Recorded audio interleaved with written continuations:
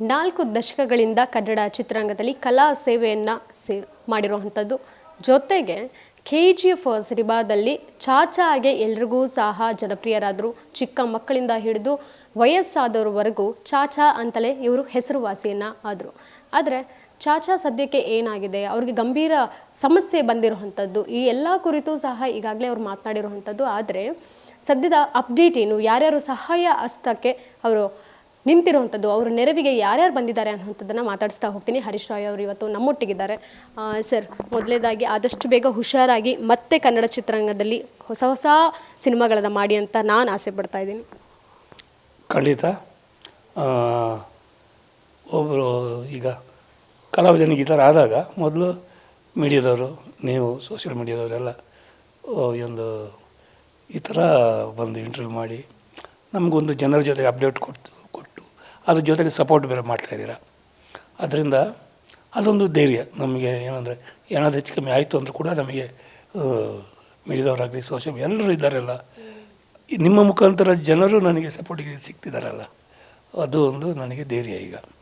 Okay, ಸದ್ಯ ಇನ್ನು treatment start ಆಗಬೇಕಷ್ಟೆ. ಏನಾಗಿದೆ ಅಂದರೆ ಈಗ 3 ವರ್ಷದ ಹಿಂದೆ ಕ್ಯಾನ್ಸರ್ ಎಲ್ಲ ಬಂದಿದ್ದು, ಅದೆಲ್ಲ ಮೀಡಿಯಲ್ಲಿ ಬಂತು.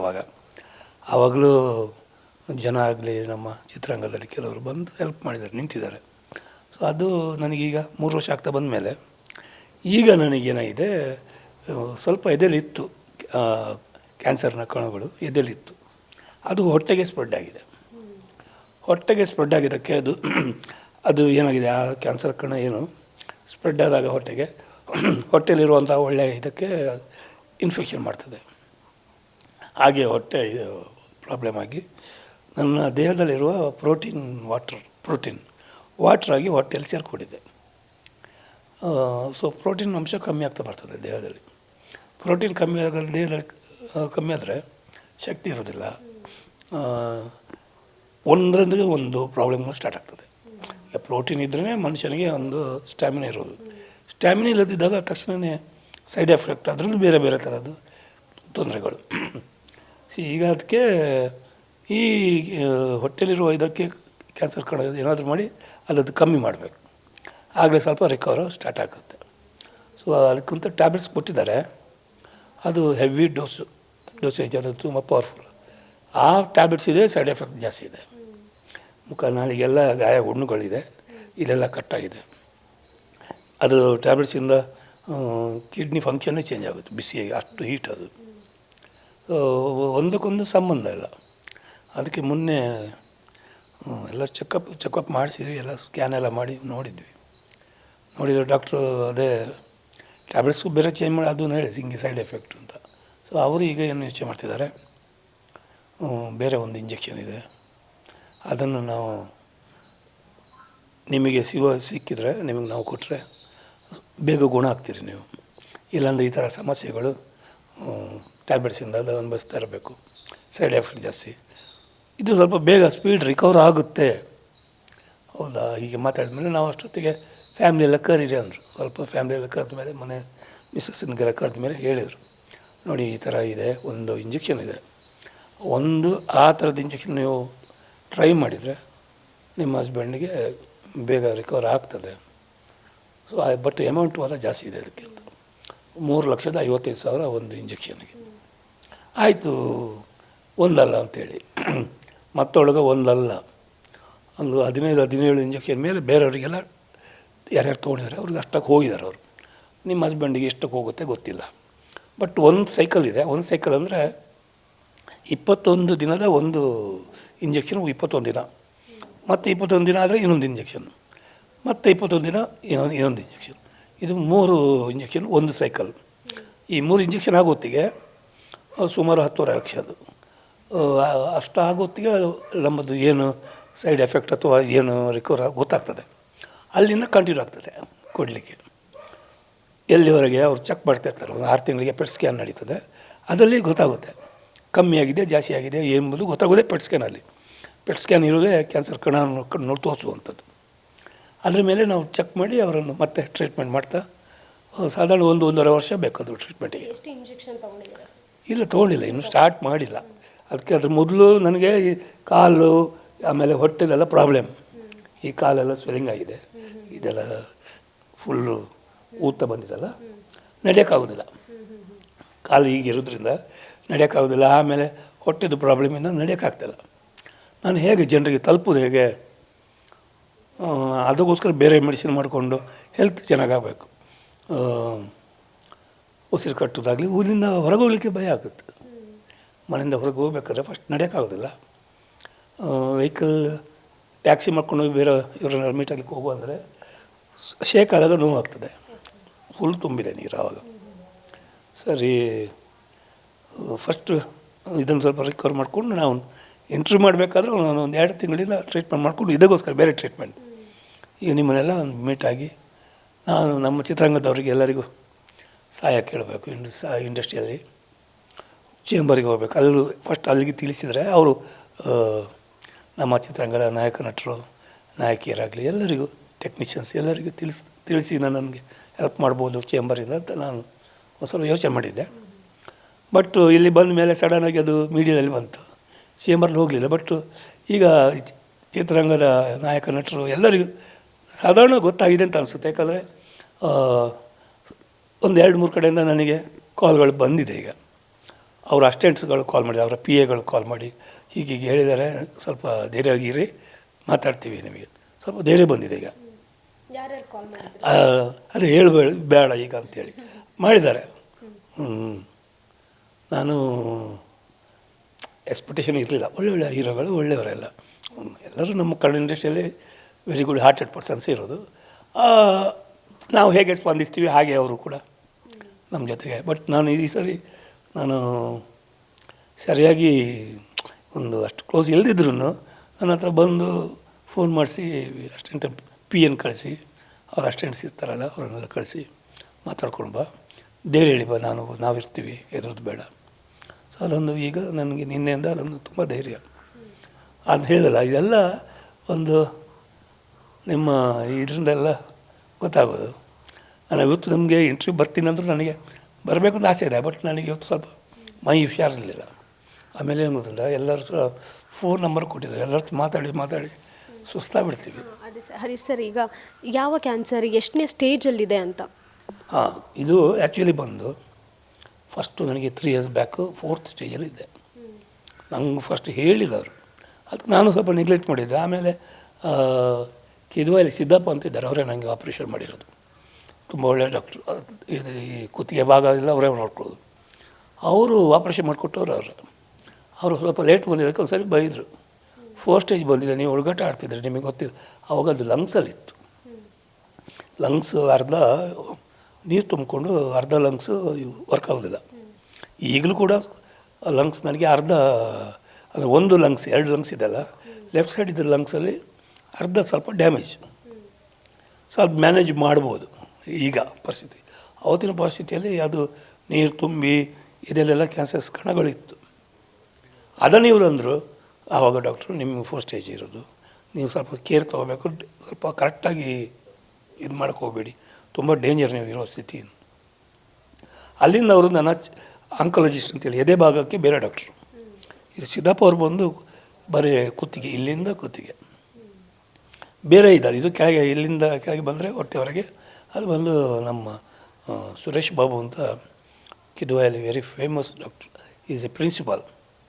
ಏನು ನೀವು ಬೆಂಗಳೂರಲ್ಲಿ ದೊಡ್ಡ ದೊಡ್ಡ ಹಾಸ್ಪಿಟ್ಲಿಗೆ ಹೋಗ್ತೀರಿ, ಕ್ಯಾನ್ಸರ್ ಇದು ದೊಡ್ಡ ದೊಡ್ಡ ಡಾಕ್ಟರ್ ಇರ್ತಾರೆ, ಅವ್ರು ಕರ್ಕೊಂಬರೋದು ಕಿದ್ವಾಯಲ್ಲಿ.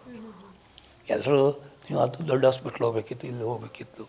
ನನಗೆ ಯಾರೊಬ್ಬರು ನನಗೆ ಬೇಕಾದವರು, ಇದಕ್ಕಿಂತ ನೀವು ಕಿದ್ವಾಗೆ ಹೋಗಿ ಅಂತ ಹೇಳಿ ಕಳಿಸ್ಕೊಟ್ಟಿದ್ದು. ಸೊ ಅದು ಹೋಗಿದ್ದಕ್ಕೆ ನನಗೆ ಒಳ್ಳೆ ಡಾಕ್ಟರ್ಸೇ ಸಿಕ್ಕಿದ್ರು. ಈಗ ಸಿದ್ದಪ್ಪ, ಇವರು ಸುರೇಶ್ ಬಾಬು ಅಂತ ಆಂಕಾಲಜಿಸ್ಟ್ ಅಂತ ಹೇಳ್ತೀವಿ, ಇಲ್ಲಿಂದ ಹೊಟ್ಟೆ ಭಾಗಕ್ಕೆಲ್ಲ, ಅವರು ತುಂಬ ಒಳ್ಳೆಯ ಡಾಕ್ಟ್ರು. ಪ್ಲಸ್ಸು ಆಮೇಲೆ ಅವ್ರದ್ದೊಂದು ಕ್ಲೋಸ್ನೆಸ್ಸೇ ಬೇರೆ. ಅಂದರೆ ಕ್ಲೋಸ್ನೆಸ್ ಅಂದರೆ ಒಂದು ಹೇಗಿರಬೇಕು, ನೀವು ಹೇಗೆ, ಈಗ ನೋಡಿ, ಅವರು ನನ್ನ ಫ್ಯಾಮ್ಲಿ ಮಿಸ್ಸಸ್ನ ಕರೆದು, ನಾನು ಫಸ್ಟ್ ಹೆದರ್ಕೊಂಡೆ, ಕರೀರಿ ಮಾತಾಡಬೇಕು ಹೇಳಿದಾಗ ಏನೋ ಇರ್ಬೋದು. ಆಮೇಲೆ ಮನೆಯವ್ರಿಗೆ ಹೇಳಿದರು, ಈ ಇಂಜೆಕ್ಷನ್ ಕೊಟ್ಟರೆ ನಾನು 99.9% ಇವರು ಉಳಿತಾರೆ, ತೊಂದರೆ ಆಗೋದಿಲ್ಲ. ಇದರಿಂದ ಒಬ್ಬರು ಬಾಲಿವುಡ್ ಹೀರೋ ಗುಣಮುಖ ಆಗಿದ್ದಾರೆ, ಇರ್ಬೋದ, ನಾನು ಗೊತ್ತಿಲ್ಲ, ನನಗೆ ಪರ್ಮಿಷನ್ ಇದೆಯಾ. ಸಂಜಯ್ ದತ್ ಅವ್ರಿಗೂ ಲಂಗ್ ಕ್ಯಾನ್ಸರ್ ಇತ್ತಂತ. ಹೌದು, ಅದರಿಂದ ರಿಕವರ್ ಆಗಿ ಬಂದಿರುವಂಥದ್ದು. ಸೊ ನಿಮಗೆ ಮೊದಲೇದಾಗಿ ನಿಮಗೆ ಕ್ಯಾನ್ಸರ್ ಇದೆ ಅಂತ ವಿಚಾರ ತಿಳಿದಿದ್ದು ಯಾವ ಇಸ್ವಿನಲ್ಲಿ? ಜೊತೆಗೆ ತಿಳಿದ ತಕ್ಷಣ ನೀವು ಭಯ ಪಟ್ಕೊಂಡ್ರ ಅಥವಾ ಕೇರ್ಲೆಸ್ ಆಗಿದ್ರ? ಅಂದರೆ ನೀವು ಹೇಳಿದ್ರಿ 3 ವರ್ಷದ ಹಿಂದೆ ನನಗೆ ಗೊತ್ತಾಯಿತು, ಬಟ್ ನಾನು ತುಂಬ ಕೇರ್ ಮಾಡಲಿಲ್ಲ, ಬಿಟ್ಬಿಟ್ಟೆ ಅಂತ. ಹೌದು, ಅಂದರೆ 3 ವರ್ಷ ಹಿಂದೆ ಗೊತ್ತಾಯಿತು. ಗೊತ್ತಾದಾಗ ಆ್ಯಕ್ಚುಲಿ ಫೀಲ್ ಆಗುತ್ತಲ್ಲ, ಫ್ಯಾಮಿಲಿ ಇದ್ದವ್ರಿಗೆ ಫೀಲ್ ಆಗುತ್ತೆ, ನನ್ನ ಲೈಫು ಇಷ್ಟವಾ ಏನು ಹಾಗೆ. ಬಟ್ ಕೇರ್ಲೆಸ್ ಥರ ಅಂದರೆ ನಾನು ಹೆದರ್ಕೊಂಡ್ರೆ ಆಗೋದಿಲ್ಲ. ಇದಕ್ಕೆ ಏನು ಮಾಡ್ಬೋದು? ಆವತ್ತು ಈ ನಮ್ಮ ಸುರೇಶ್ ಬಾಬುರನ್ನ ಕೇಳಿದೆ, ಈ ಥರ ಆಯಿತು ಅಂದಾಗ ಫಸ್ಟ್ ಗೊತ್ತಾಗಿದೆ ಇಲ್ಲೇ ನನಗೆ. ಆಮೇಲೆ ನಾನು ಇದಕ್ಕೆ ಹೋಗಿರೋದು ಕೆದುವಾಯಿಗೆ. ಇಲ್ಲಿ ಗೊತ್ತಾದಾಗ ಫುಲ್ ಎದುರ್ಕೊಂಡಿದ್ದೆ. ಅಲ್ಲಿ ಹೋದ ಮೇಲೆ ನನ್ನನ್ನು ಸಮಾಧಾನ ಮಾಡಿಸಿದರು. ಆಮೇಲೆ ಆವತ್ತು ಕೇಳಿದೆ ನಾನು, ಇನ್ನು ನಾನು ಎಷ್ಟು ವರ್ಷ ಇರ್ಬೋದು, ಇದು ಏನು ಪ್ರಾಬ್ಲಮ್? ಫಿಲ್ಮಲ್ಲಿ ತೋರಿಸ್ತಾರಲ್ಲ, ಬರುತ್ತೆ ಡಮ್ ಅಂತ ಹೋಗ್ಬಿಡ್ತಾರೆ. ಆ ಥರ ಅವ್ರನ್ನ ಸುರೇಶ್ ಬಾಬುರನ್ನ ಕೇಳಿದಾಗ ಅವರು ಇಲ್ಲ, ಒಂದು 3 ಇಯರ್ಸ್ ಮೇಲೆ ಟೈಮ್ ಇರ್ತದೆ, ಅದರಲ್ಲೂ ಗುಣನೂ ಆಗ್ತದೆ ಟ್ಯಾಬ್ಲೆಟ್ಸಿಂದ, ಅದು ನಿಮ್ಮ ದೇಹಕ್ಕೆ ಸಂಬಂಧಪಟ್ಟಿದ್ದು. ನಾವು ನಮ್ಮ ಟ್ರೀಟ್ಮೆಂಟ್ ಮಾಡ್ತಾಯಿರ್ತೀವಿ, ನಿಮ್ಗೆ ಯಾವತ್ತು ರಿಕವರ್ ಆಗುತ್ತೆ ಅದು. ಮೊನ್ನೆ ನಾನು ಹೋದಾಗ ಏನು ಹೊಟ್ಟೆಲಾಯಿತು, ನಾನು ಈ ಥರ ವೀಕ್ ಆದೆ, ನಂಗೆ ಡೌಟ್ ಆಗೋಯ್ತು, ಇಷ್ಟು ವೀಕು ನಾನು ಹೆಂಗೆ ಆದೆ. ಡಾಕ್ಟ್ರ್ ಮಾತಾಡಿದೆ, ಅವ್ರು ಸಹ ಕೇಳಿದ್ರು, ವೀಕ್ ಅಂದರೆ ಕಾಲೆಲ್ಲ ಸ್ವೆಲ್ಲಿಂಗ್ ಇದೆಲ್ಲ.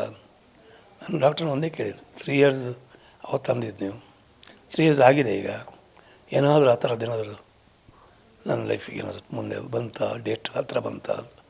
ಓಪನ್ ಆಗಿ ಹೇಳಿಬಿಡಿ ಸರ್. ಈಗ ನಾನು ಯಾವುದನ್ನು ನನಗೆ ಅದರ ಬಗ್ಗೆ ಹೆದರಿಕೆ ಇಲ್ಲ.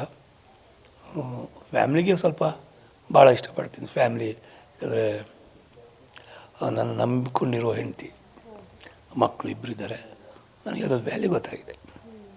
ಆಮೇಲೆ ನಾನು ಈ ಥರ ಹೇಳುವಾಗ ಡಾಕ್ಟರ್ ನನ್ನ ಮಿಸ್ಸಸ್ ಸಾಹೇಬು ಹೇಳ್ತಾಳೆ, ನೀವಿದ್ದರೆ ನಮಗೆ ಒಂದು ಬೆಲೆ, ಸಮಾಜದಲ್ಲಿ ನೀವು ಇರ್ತೀರಿ, ನಮ್ಮನ್ನು ಎಲ್ಲನೂ ಇಷ್ಟಪಡ್ತಾರೆ, ಗೌರವಿಸ್ತಾರೆ. ನೀವು ಈ ಥರ ಸ್ವಲ್ಪ ಸೀರಿಯಸ್ ಆಗಿರಬೇಕು ಈ ವಿಷಯದಲ್ಲಿ. ಅಂದರೆ ನಾನು ಸ್ವಲ್ಪ ಆಧ್ಯಾತ್ಮ ಜಾಸ್ತಿ, ಅಂದರೆ ಎಲ್ಲರೂ ಹೋಗುವಂಥದ್ದು, ಏನು ಹೆದರ್ಲಿಕ್ಕಿಲ್ಲ. ಅದು ನನಗೊಂದು ಮೈಂಡ್ ಫಿಕ್ಸ್ ಆಗಿದೆ. ಹೆದರೋದಂತೂ ಯಾವತ್ತಿಲ್ಲ. ಆಮೇಲೆ ಏನಕ್ಕೆ ಹೆದರಬೇಕು? ತಪ್ಪು ಮಾಡ್ತಿದ್ದರು ಹೆದರೋ ಅವಶ್ಯಕತೆ ಇಲ್ಲ. ದೇವ್ರು ಕೊಟ್ಟಿದ್ದನ್ನು ಅನುಭವಿಸ್ಬೇಕು. ಈಗ ನನಗೆ ನೋಡಿ, ಜನ ಕಷ್ಟ ಇದ್ದಾಗ ಎಲ್ಲ ಬಂದು ಸೇರ್ತಾ ಇದ್ದಾರೆ, ಹೆಲ್ಪ್ ಮಾಡ್ತಿದ್ದಾರೆ. ಜನಾರ್ದನ ದೇವ್ರ ಸಮಾನ, ಅದನ್ನು ನಾನು ಸ್ವೀಕರಿಸ್ತೀವಲ್ಲ, ಜನ ಕೊಟ್ಟಿದ್ದು ಸ್ವೀಕರಿಸ್ತಿದ್ದೇವೆ. ಏನಾದರೂ ಬೇರೆ ದೇವರು ಇನ್ನೊಂದು ಥರ ಬೇರೆ ಕೊಟ್ಟರು ಸ್ವೀಕರಿಸಲೇಬೇಕು. ಒಳ್ಳೆಯದೋ ಕೆಟ್ಟದೋ ದೇವ್ರಿಗೆ ಸೇರಿದ್ದು. ಮತ್ತು ನನ್ನ ಹೆಂಡತಿ ಮಕ್ಕಳ ಒಂದು ಏನೋ ಅದೃಷ್ಟವ ಏನು ಹೇಳ್ತಾರೆ, ಇದ್ರ ಮೇಲೆ ನನ್ನ ಜೀವನ ಮುಂದೆ. ಸರಿ, ಏನಾದರೂ ಪರವಾಗಿಲ್ಲ ಡಾಕ್ಟ್ರೆ, ನನಗೆ ವಿಷಯ ತಿಳಿಸಿ. ಆವಾಗ ಹೇಳಿದರು, ನೋಡುವ, ಟ್ರೀಟ್ಮೆಂಟ್ ಸ್ಟಾರ್ಟ್ ಮಾಡುವ, ಬೇರೆ ಅದ್ರ ಮಧ್ಯದಲ್ಲಿ ಸ್ಕ್ಯಾನ್ ಮಾಡುವ ಅಂದರು. ಹೊಟ್ಟೆ ಯಾಕೆ ಸ್ವೆಲ್ಲಿಂಗ್ ಇದೆ, ಸ್ಕ್ಯಾನ್ ಮಾಡುವಾಗ ಪೆಟ್ ಸ್ಕ್ಯಾನ್ ಮಾಡ್ತಾರೆ. ಆಗ ಸ್ವಲ್ಪ ಕ್ಯಾನ್ಸರ್ ಕಣ ಹೊಟ್ಟೆಯಲ್ಲಿದೆ, ಅದು ಹೇಳಿದ್ರು, ಗೊತ್ತಾಯ್ತು. ಸೊ ಈಗ ಅವರು ಹೇಳ್ತಿರೋದು, ಅದು ಇವಾಗ ಇಂಜೆಕ್ಷನ್ ಏನಿದೆ ಅದು ಮಾಡಿದ್ರೆ ನೀವು 99.9% ನೀವು ಗುಣ ಆಗ್ತೀರಿ. ಅದು ನಮ್ಮ ಫ್ಯಾಮ್ಲಿಗೂ ಹೇಳಿದ್ರು, ಮಿಸ್ಸಸ್ ಹತ್ರ ಅದೇ ಹೇಳಿದ್ರು, ನೋಡಿ ಸ್ವಲ್ಪ ನಾವು ಫಸ್ಟ್ ಒಂದು ಇಂಜೆಕ್ಷನ್ ಅದು ಏನಾದರೂ ಮಾಡುವಂತ ಇದ್ದು, 17 ಅಂದಾಗ ಲೆಕ್ಕ, 17-20 ಹೋದರೆ ಎಷ್ಟಾಗ್ಬೋದು. ಆಮೇಲೆ ನಾನು ಅಷ್ಟು ಈಗ 3,50,000 ಇಂಜೆಕ್ಷನ್ಗೆ ಇದ್ದರೆ ಬೇರೆ ಸೈಡ್ ಖರ್ಚುಗಳಿರ್ತದೆ, ನಂದು ಬಿಟ್ಟು ಮನೆ ಖರ್ಚು ಅದು ಬೇರೆ. ಇದು ಹೀಗೆ ನಾನು ಸರ್ವೈವ್ ಆಗೋದು ಹೇಗೆ? ಡಾಕ್ಟ್ರು ಡೈರೆಕ್ಟಾಗಿ ಹೇಳಿದ್ರು, ನೀವು ಒಬ್ಬ ಕಲಾವಿದ, ನಿಮ್ಮ ಮನೆಗೆ ನೀವು ಹೋಗಿ, ಕನ್ನಡ ಚಿತ್ರರಂಗದ ಕೆಲವು ದಿಗ್ಗಜ ನಟರು ಎಲ್ಲ ಇದ್ದಾರೆ, ಮನೆಗೆ ಹೋಗಿ ಒಂದು ಸರಿ ಅವರನ್ನು ಕೇಳಿ, ಮಾಡೋದಿಲ್ವೋ ನೋಡೋಣ. ಅದು ಆಮೇಲೆ ನೀವು ಹೋಗಬೇಕಲ್ಲ, ಅಪ್ರೋಚ್ ಮಾಡಬೇಕಲ್ಲ ನೀವು ಅವ್ರನ್ನ, ಅವ್ರಿಗೂ ಗೊತ್ತಾಗಬೇಕು. ಅವರು ಒಬ್ಬ ಡಾಕ್ಟ್ರಾಗಿ ಒಂದು ಈ ಥರ ಎಲ್ಲ ಒಳ್ಳೆಯ ವಿಷಯ, ಒಳ್ಳೆಯ ಮನಸ್ಸಲ್ವ ಡಾಕ್ಟ್ರು. ಅವ್ರ ಕೆಲಸ ಬಿಟ್ಟು ಇನ್ನೊಬ್ಬರು ಹೇಗೆ ಸರ್ವೈವ್ ಆಗಬೇಕು ಅಂತ. ನಮ್ಮ ಮಿಸ್ಸಸ್ ಆಯಿತು, ನೀವು ಹರೀಶಿಗೆ ನಡೆಯೋಕ್ಕಾಗೋದಿಲ್ಲ ಗೊತ್ತು, ನೀವೇ ಹೋಗಿ ಆಯಿತು ಅಂತ ಹೇಳಿದರು. ಆಗುತ್ತೆ, ಸ್ಟಾರ್ಟ್ ಮಾಡೋಣ. ಸ್ವಲ್ಪ ನಂದು ಹೆಲ್ತ್ ಕಂಡೀಷನು ಕೆಲವು ವೀಕ್ ಆಗಿತ್ತು, 2 ತಿಂಗಳಿಂದ ಜಾಸ್ತಿ ವೀಕ್ ಆದ ನಾನು. ಈ ಕಾಲದಲ್ಲಿ ಬಲ ಕಮ್ಮಿ ಆಗೋದು, ಅದೇ ಪ್ರೋಟೀನ್ ಹೋದ್ಮೇಲೆ ಅದು ಸ್ವಲ್ಪ ನನಗೆ ಇದಿತ್ತು. ಸರ್, ಆ 3 ಇಯರ್ಸ್ ಇತ್ತಲ್ಲ, 3 ಇಯರ್ಸ್ ಆದಮೇಲೆ ಮತ್ತೆ ಗಂಭೀರ ಪರಿಸ್ಥಿತಿ ಬರ್ಬೋದು ಅಂತ ಹೇಳಿದ್ರು. ಆ 3 ಇಯರ್ಸಲ್ಲಿ ನೀವೇನಾದರೂ ರಿಕವರ್ ಆಗುವಂಥ ಪ್ರಯತ್ನ ಪಟ್ರಾ? ಟ್ಯಾಬ್ಲೆಟ್ಸ್ ಅಥವಾ ಟ್ರೀಟ್ಮೆಂಟ್ ತಗೋತಿದ್ರಾ? ಹೌದು, ಈಗ ಆ 3 ಇಯರ್ಸಲ್ಲಿ ಟ್ರೀಟ್ಮೆಂಟ್ ಇತ್ತು. ನನಗೆ 1 ವರ್ಷ ಹಿಂದೆ ನೀವು ರಿಕವರ್ ಆಗ್ತಾಯಿದ್ದೀರಿ ಅಂತ ಡಾಕ್ಟ್ರು ಹೇಳಿದ್ದಾರೆ. ರಿಕವರಿಂಗ್ ಇದೆ ನಿಮಗೆ. ಆಮೇಲೆ ನಾನು ಹಾಗೇ ಇದ್ದೆ, ಆ್ಯಕ್ಟಿವ್ ಮಾಡಿದೆ, ಒಂದೆರಡು ಫಿಲ್ಮ್ ಆ್ಯಕ್ಟ್ ಮಾಡಿದೆ. ಆಮೇಲೆ ಅದ್ರ ಬಗ್ಗೆ ತಲೆನೇ ಆಗ್ತಿಲ್ಲ ನಾನು. ಯಾವಾಗ ಚೆಕಪ್ ಇರ್ತದೆ ಡಾಕ್ಟ್ರ್ ಇದಕ್ಕೆ ಹೋಗೋದು, ಫೋನ್ ಮಾಡಿ ಹೋಗ್ತಾಯಿದ್ದೆ. ಅದಾದಮೇಲೆ ಕ್ಯಾನ್ಸರ್ ಇರ್ಬೋದು ನಾನು ಮರ್ತೇ ಬಿಡ್ತಾಯಿದ್ದೆ. ನಾನಾಯಿತು, ಫ್ಯಾಮಿಲಿ ಆಯಿತು, ಫಿಲ್ಮ್ ಸಿಕ್ಕಿದ್ರೆ ನೋಡುವ ಅಂಥೇಳಿ. ಅದರಿಂದಾಗಿ ರಿಕವರ್ ಆಗ್ತಾಯಿತ್ತು. ಸಡನ್ ಈಗ 6 ತಿಂಗಳಿಂದ ಸ್ವಲ್ಪ ಇನ್ಫೆಕ್ಷನ್ ಸ್ಟಾರ್ಟ್ ಆಯಿತು ಲಂಗ್ಸು. ಇಲ್ಲಿ ಜೆ ಪಿ ನಗರ 7th ಫೇಸಲ್ಲಿ ಒಂದು ಹಾಸ್ಪಿಟ್ಲ್ ಇದೆ. ಅಲ್ಲಿ ನನಗೊಬ್ಬರು ವಿನಯ್ ಅಂತ, ಡಾಕ್ಟ್ರ್ ವಿನಯ್ ಅವರು ನನ್ನ ಫ್ಯಾನ್. KGF ಎಲ್ಲ ನೋಡಿದ್ರಲ್ಲ, ಒಂಥರ ನನ್ನ ಮೇಲೆ ಭಾಳ ಅಭಿಮಾನ ಅವರು. ಅವ್ರು ಫಸ್ಟು ಇನ್ಫೆಕ್ಷನ್ ಆದಾಗ ಅವ್ರು ಏನು ಹೇಳಿಲ್ಲ. ಮೊನ್ನೆ ತಿರ್ಗಿ 3 ಮಂತ್ಸಿಂದ ಇನ್ಫೆಕ್ಷನ್ ಆಯಿತು. ಆವಾಗ ಅಂದರು ಅದು ನಿಮೋನಿಯಾ, ನಿಮಗೆ ನಿಮೋನಿಯಾ. ನನಗೆ ನಿಮೋನಿಯಾ ಏನು ಇನ್ನೂ ಗೊತ್ತಿಲ್ಲ. ತುಂಬ ಸ್ಟ್ರಾಂಗ್ ಅದು, ಬಂದರೆ ಮನುಷ್ಯನ ವೀಕ್ ಮಾಡ್ತದೆ. ಸ್ವಲ್ಪ ನೀವು ಚಳಿಗಾಳಿ ಇದೆಲ್ಲ ಬೀಳಬಾರ್ದು, ನಿಮಗೆ ತೊಗೋಬಾರ್ದು. ಕೋಲ್ಡ್ ಐಟಮೆಲ್ಲ ಜಾಸ್ತಿ ತೊಗೋಬೇಡಿ, ಮುಟ್ಟಕ್ಕೆ ಹೋಗಬೇಡಿ ಅಂತ ಇವಾಗ ಹೇಳಿದರು. ಈಗ ಹೇಳಿದ ಮೇಲೆ ನಾನು ಸ್ವಲ್ಪ ಓಕೆ. ಜೊತೆಗೆ ಮನೆಗೆ ಒಂದು 10 ದಿವಸ ಇದು ಆಕ್ಸಿಜನ್ ಕೊಡೋಕ್ಕೆ ಸಿಲಿಂಡ್ರೆಲ್ಲ ಕೊಟ್ಟು ಆಮೇಲೆ ರಿಕವರ್ ಆದೆ ನಾನು. ಆವಾಗ ರಿಕವರ್ ಆಗ್ಬೇಕಾದ್ರೆ ಅವರು ವ್ಯಾಕ್ಸಿನೇಷನ್ ಕೂಡ ಇದೆ ಇದಕ್ಕೆ. ಯಾವುದು ನಮ್ಮ ಲಂಗ್ಸ್ ಏನು ಇದಾಗುತ್ತಲ್ಲ ನಿಮೋನಿಯಾ, ವ್ಯಾಕ್ಸಿನೇಷನ್ ಕೊಡಿಸಿ ಇನ್ನೊಂದು ಈಗ ತೊಗೋಬೇಕು. ಇನ್ನೊಂದು ಈಗ ಮಾಡಲಿಲ್ಲ ಅಂದರೆ ಇದು ಸ್ವಲ್ಪ ಕಮ್ಮಿ ಆಗುತ್ತೆ ನನಗೆ. ಲಂಗ್ಸಿದ ಇನ್ಫೆಕ್ಷನ್ಗಳು ಕಮ್ಮಿ ಆಗುತ್ತೆ ತೊಗೊಂಡ್ರೆ. ಎಷ್ಟು ಟ್ಯಾಬ್ಲೆಟ್ ತೊಗೋತೀರಾ? ಹೇಳಿಲ್ಲ, ಅದು ತೊಗೊಂಡು ಈಗ ನೋಡಿ ಮೊನ್ನೆಯಿಂದ ಸೂಜಿಗಳು ಚುಚ್ಚಿ ಇಲ್ಲ ಚುಚ್ಚೋದು ಅಲ್ಲಿ ಇಲ್ಲ. ಈ ಮೊನ್ನೆ ನಾನು ಬಂದು 4 ದಿನ ಆಯಿತು, 4-5 ದಿನ ಆಯಿತು ಹಾಸ್ಪಿಟ್ಲು ಕಿದ್ವಾಯಿಂದ. ಅದ್ರ ಮೊದಲು ಇಲ್ಲಿ ನೀವು ಹಾಸ್ಪಿಟ್ಲ್ ಸೇರಿ ಜೆ ಪಿ ನಗರದಲ್ಲಿ ಸ್ಟ್ಯಾಮಿನಾ ಬರೋಕ್ಕೆ ಒಂದು 8 ದಿವಸ ಅಲ್ಲಿದ್ದೆ. ಅಲ್ಲಿ ಅಡ್ಮಿಟ್ ಆಗಿದೆ, ಬಾಡಿ ಅಷ್ಟು ವೀಕ್ ಆಗಿತ್ತು ಈ ಟ್ಯಾಬ್ಲೆಟ್ಸಿಂದ. ಕಿಡ್ನಿ ಫಂಕ್ಷನ್ ಎಲ್ಲ ಉಲ್ಟಾ ಪಲ್ಟ, ಲಿವರು ಕಿಡ್ನಿ ಸಿಕ್ಕಾಬಟ್ಟೆ ಲೂಸ್ ಮೋಷನ್ಗಳು, ಯೂರಿನ್ ಸ್ಟಾಪ್ ಆಗೋದು ಎಲ್ಲ ಒಂದಕ್ಕೊಂದು ಸಂಬಂಧ. ಅದನ್ನೆಲ್ಲ ಸ್ವಲ್ಪ ಕರೆಕ್ಟ್ ಮಾಡಿ ಈಗ ಅಲ್ಲಿಂದ ನಾನು ಕಿದ್ವಾಯಿಗೆ ಹೋಗಿ ಶಿಫ್ಟ್ ಆಗಿ, ಕಿದ್ವಾಯಿಂದ ಈಗ ಅದು ಇಂಜೆಕ್ಷನ್ ಸ್ಟಾರ್ಟ್ ಮಾಡುವ, ನೀವು ಸ್ವಲ್ಪ ರೆಡಿಯಾಗಿ ಮೆಂಟಲಿ ಅಂತ ಹೇಳಿ ನಾನು ಬಿಟ್ಟರು. ಹೇಳಿ ನಾನು ಸ್ವಲ್ಪ ರೆಡಿ ಮಾಡಿ ಕೊಡಿ ಸರ್, ನಾನು ಒಂದು ಸಾರಿ ಪ್ರೆಸ್ ಮೀಟ್ ಅಥವಾ ಏನಾದ್ರು ಮಾಡಬೇಕು, ನಾನು ಹೀರೋಗಳನ್ನು ಮೀಟ್ ಆಗಬೇಕೆಲ್ಲ ಫ್ಯಾಮ್ಲಿಗೋಸ್ಕರ. ಇದು ಟ್ರೀಟ್ಮೆಂಟಿಗೆ ಹೋಗ್ತೀನಿ ಅಂದರೆ ಏನಾಗ್ಬೋದು ನನಗೆ ಗೊತ್ತಿಲ್ಲ. ಟ್ರೀಟ್ಮೆಂಟು ಹೋಗ್ತೀನಿ, ಪ್ಲಸ್ ನನಗೆ ಮುಂದಿನ ಇಲ್ಲಿ ಕಾಣ್ತಾ ಇಲ್ಲ ಏನು ಸಹ. ಒಂದು ಸರಿ ಎಲ್ಲ ನಾಯಕ ನಟರು ಇದ್ದಾರೆ ಅಂತ ನನಗೆ ನಿಂತರೆ, ನಾಯಕರಾಗಲಿ ಇಂಡಸ್ಟ್ರಿಯಲ್ಲಿ ಎಲ್ಲ ಈಗಿನ ನಾಯಕಿಯರು ಕೂಡ ಸ್ಟ್ರಾಂಗ್, ಒಂಥರ ಪವರ್ ಅವರೆಲ್ಲರೂ.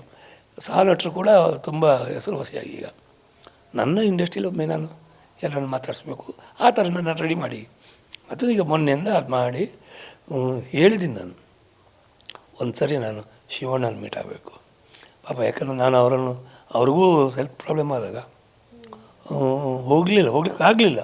ಈ ಥರ ಹೆಲ್ತ್ ಪ್ರಾಬ್ಲಮ್ ಆಮೇಲೆ ಹೇಗೆ ಹೋಗೋದು, ಅವ್ರದ್ದು ಅದು ನೋಡೋಕ್ಕಾಗೋದಿಲ್ಲ ಅವರನ್ನು. ನನಗೆ ಅದು ನೋವು ಗೊತ್ತ, ನಾನು ತುಂಬ ಕಣ್ಣೀರು ಹಾಕಿದ್ದೀನಿ.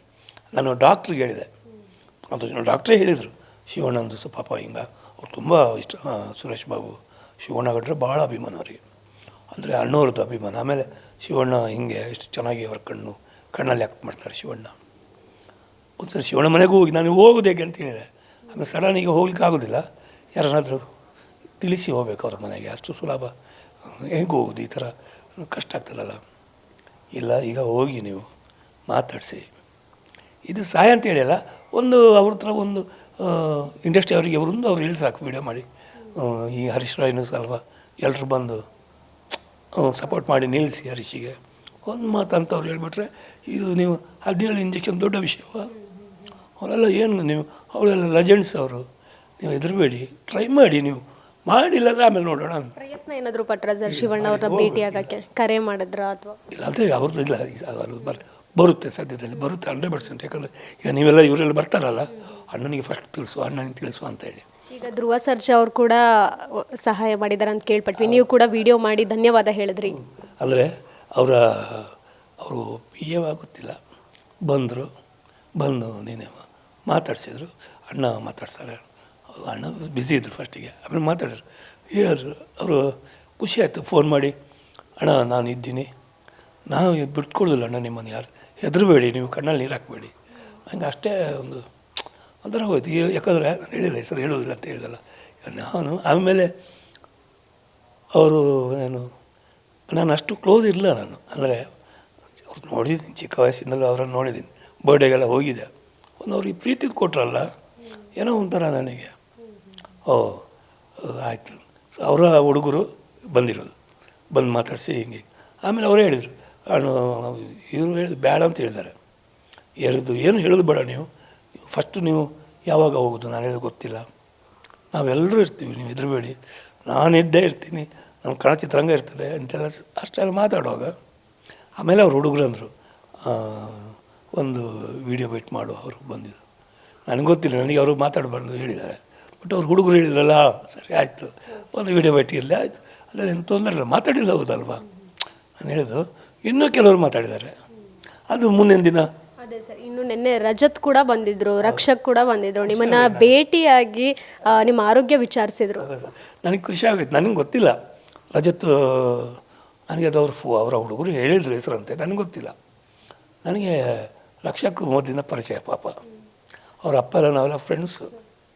ಆಮೇಲೆ ರಕ್ಷಕ್ ಚಿಕ್ಕ ಹುಡುಗರಿಂದ ನನಗೆ ಗೊತ್ತು. ಸಡನ್ ಬರ್ತೀನಿ ಅಂತ ಹೇಳಿದರೆ ಓಕೆ. ರಜತ್ ಏನಪ್ಪ ಈ ಥರ ಟಕ್ಕಲ್ಲ, ಖುಷಿ ಆಗೋಯ್ತು. ನಾನು ಏನನ್ನೂ ಮಾತಾಡಿಬಿಟ್ಟೆ ನಿನ್ನೆ.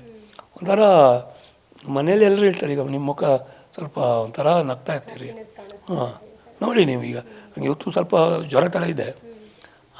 ಜ್ವರ ಯಾಕೆ ನಿದ್ದೆ ಯಾಕೆ ಇಳಿತದೆ ಅಂದರೆ ಇವರೆಲ್ಲ ಬಂದಿದ್ದಾರಲ್ಲ, ಒಂಥರ ರೆಸ್ಟ್ ಮಾಡುವ ಮೈಂಡ್ ಇದ್ದಾರೆ ನನಗೆ ನೋಡ್ಕೊಳ್ಳಿಕ್ಕೆ. ಖುಷಿಯಾಗುತ್ತೆ. ಪಾಪ ಅವರು ವೀಡಿಯೋ ಎಲ್ಲ ಮಾಡಿದ್ದಾರೆ, ಈ ಥರ ಅರಿಷ್ಟ್ರಾಗಿ ಹೆಲ್ಪ್ ಮಾಡಿ ಅಂತೇಳಿ ರಜತ್ತು ಎಲ್ಲ.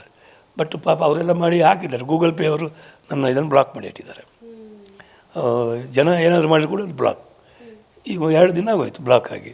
ಆವಾಗ ಜನರಿಗೆ ಇಂಟ್ರೆಸ್ಟ್ ಹೋಗ್ಬಿಡ್ತಾರೆ, ನಾನೇನು ಮಾಡಲಿ ಸಾಧ್ಯ.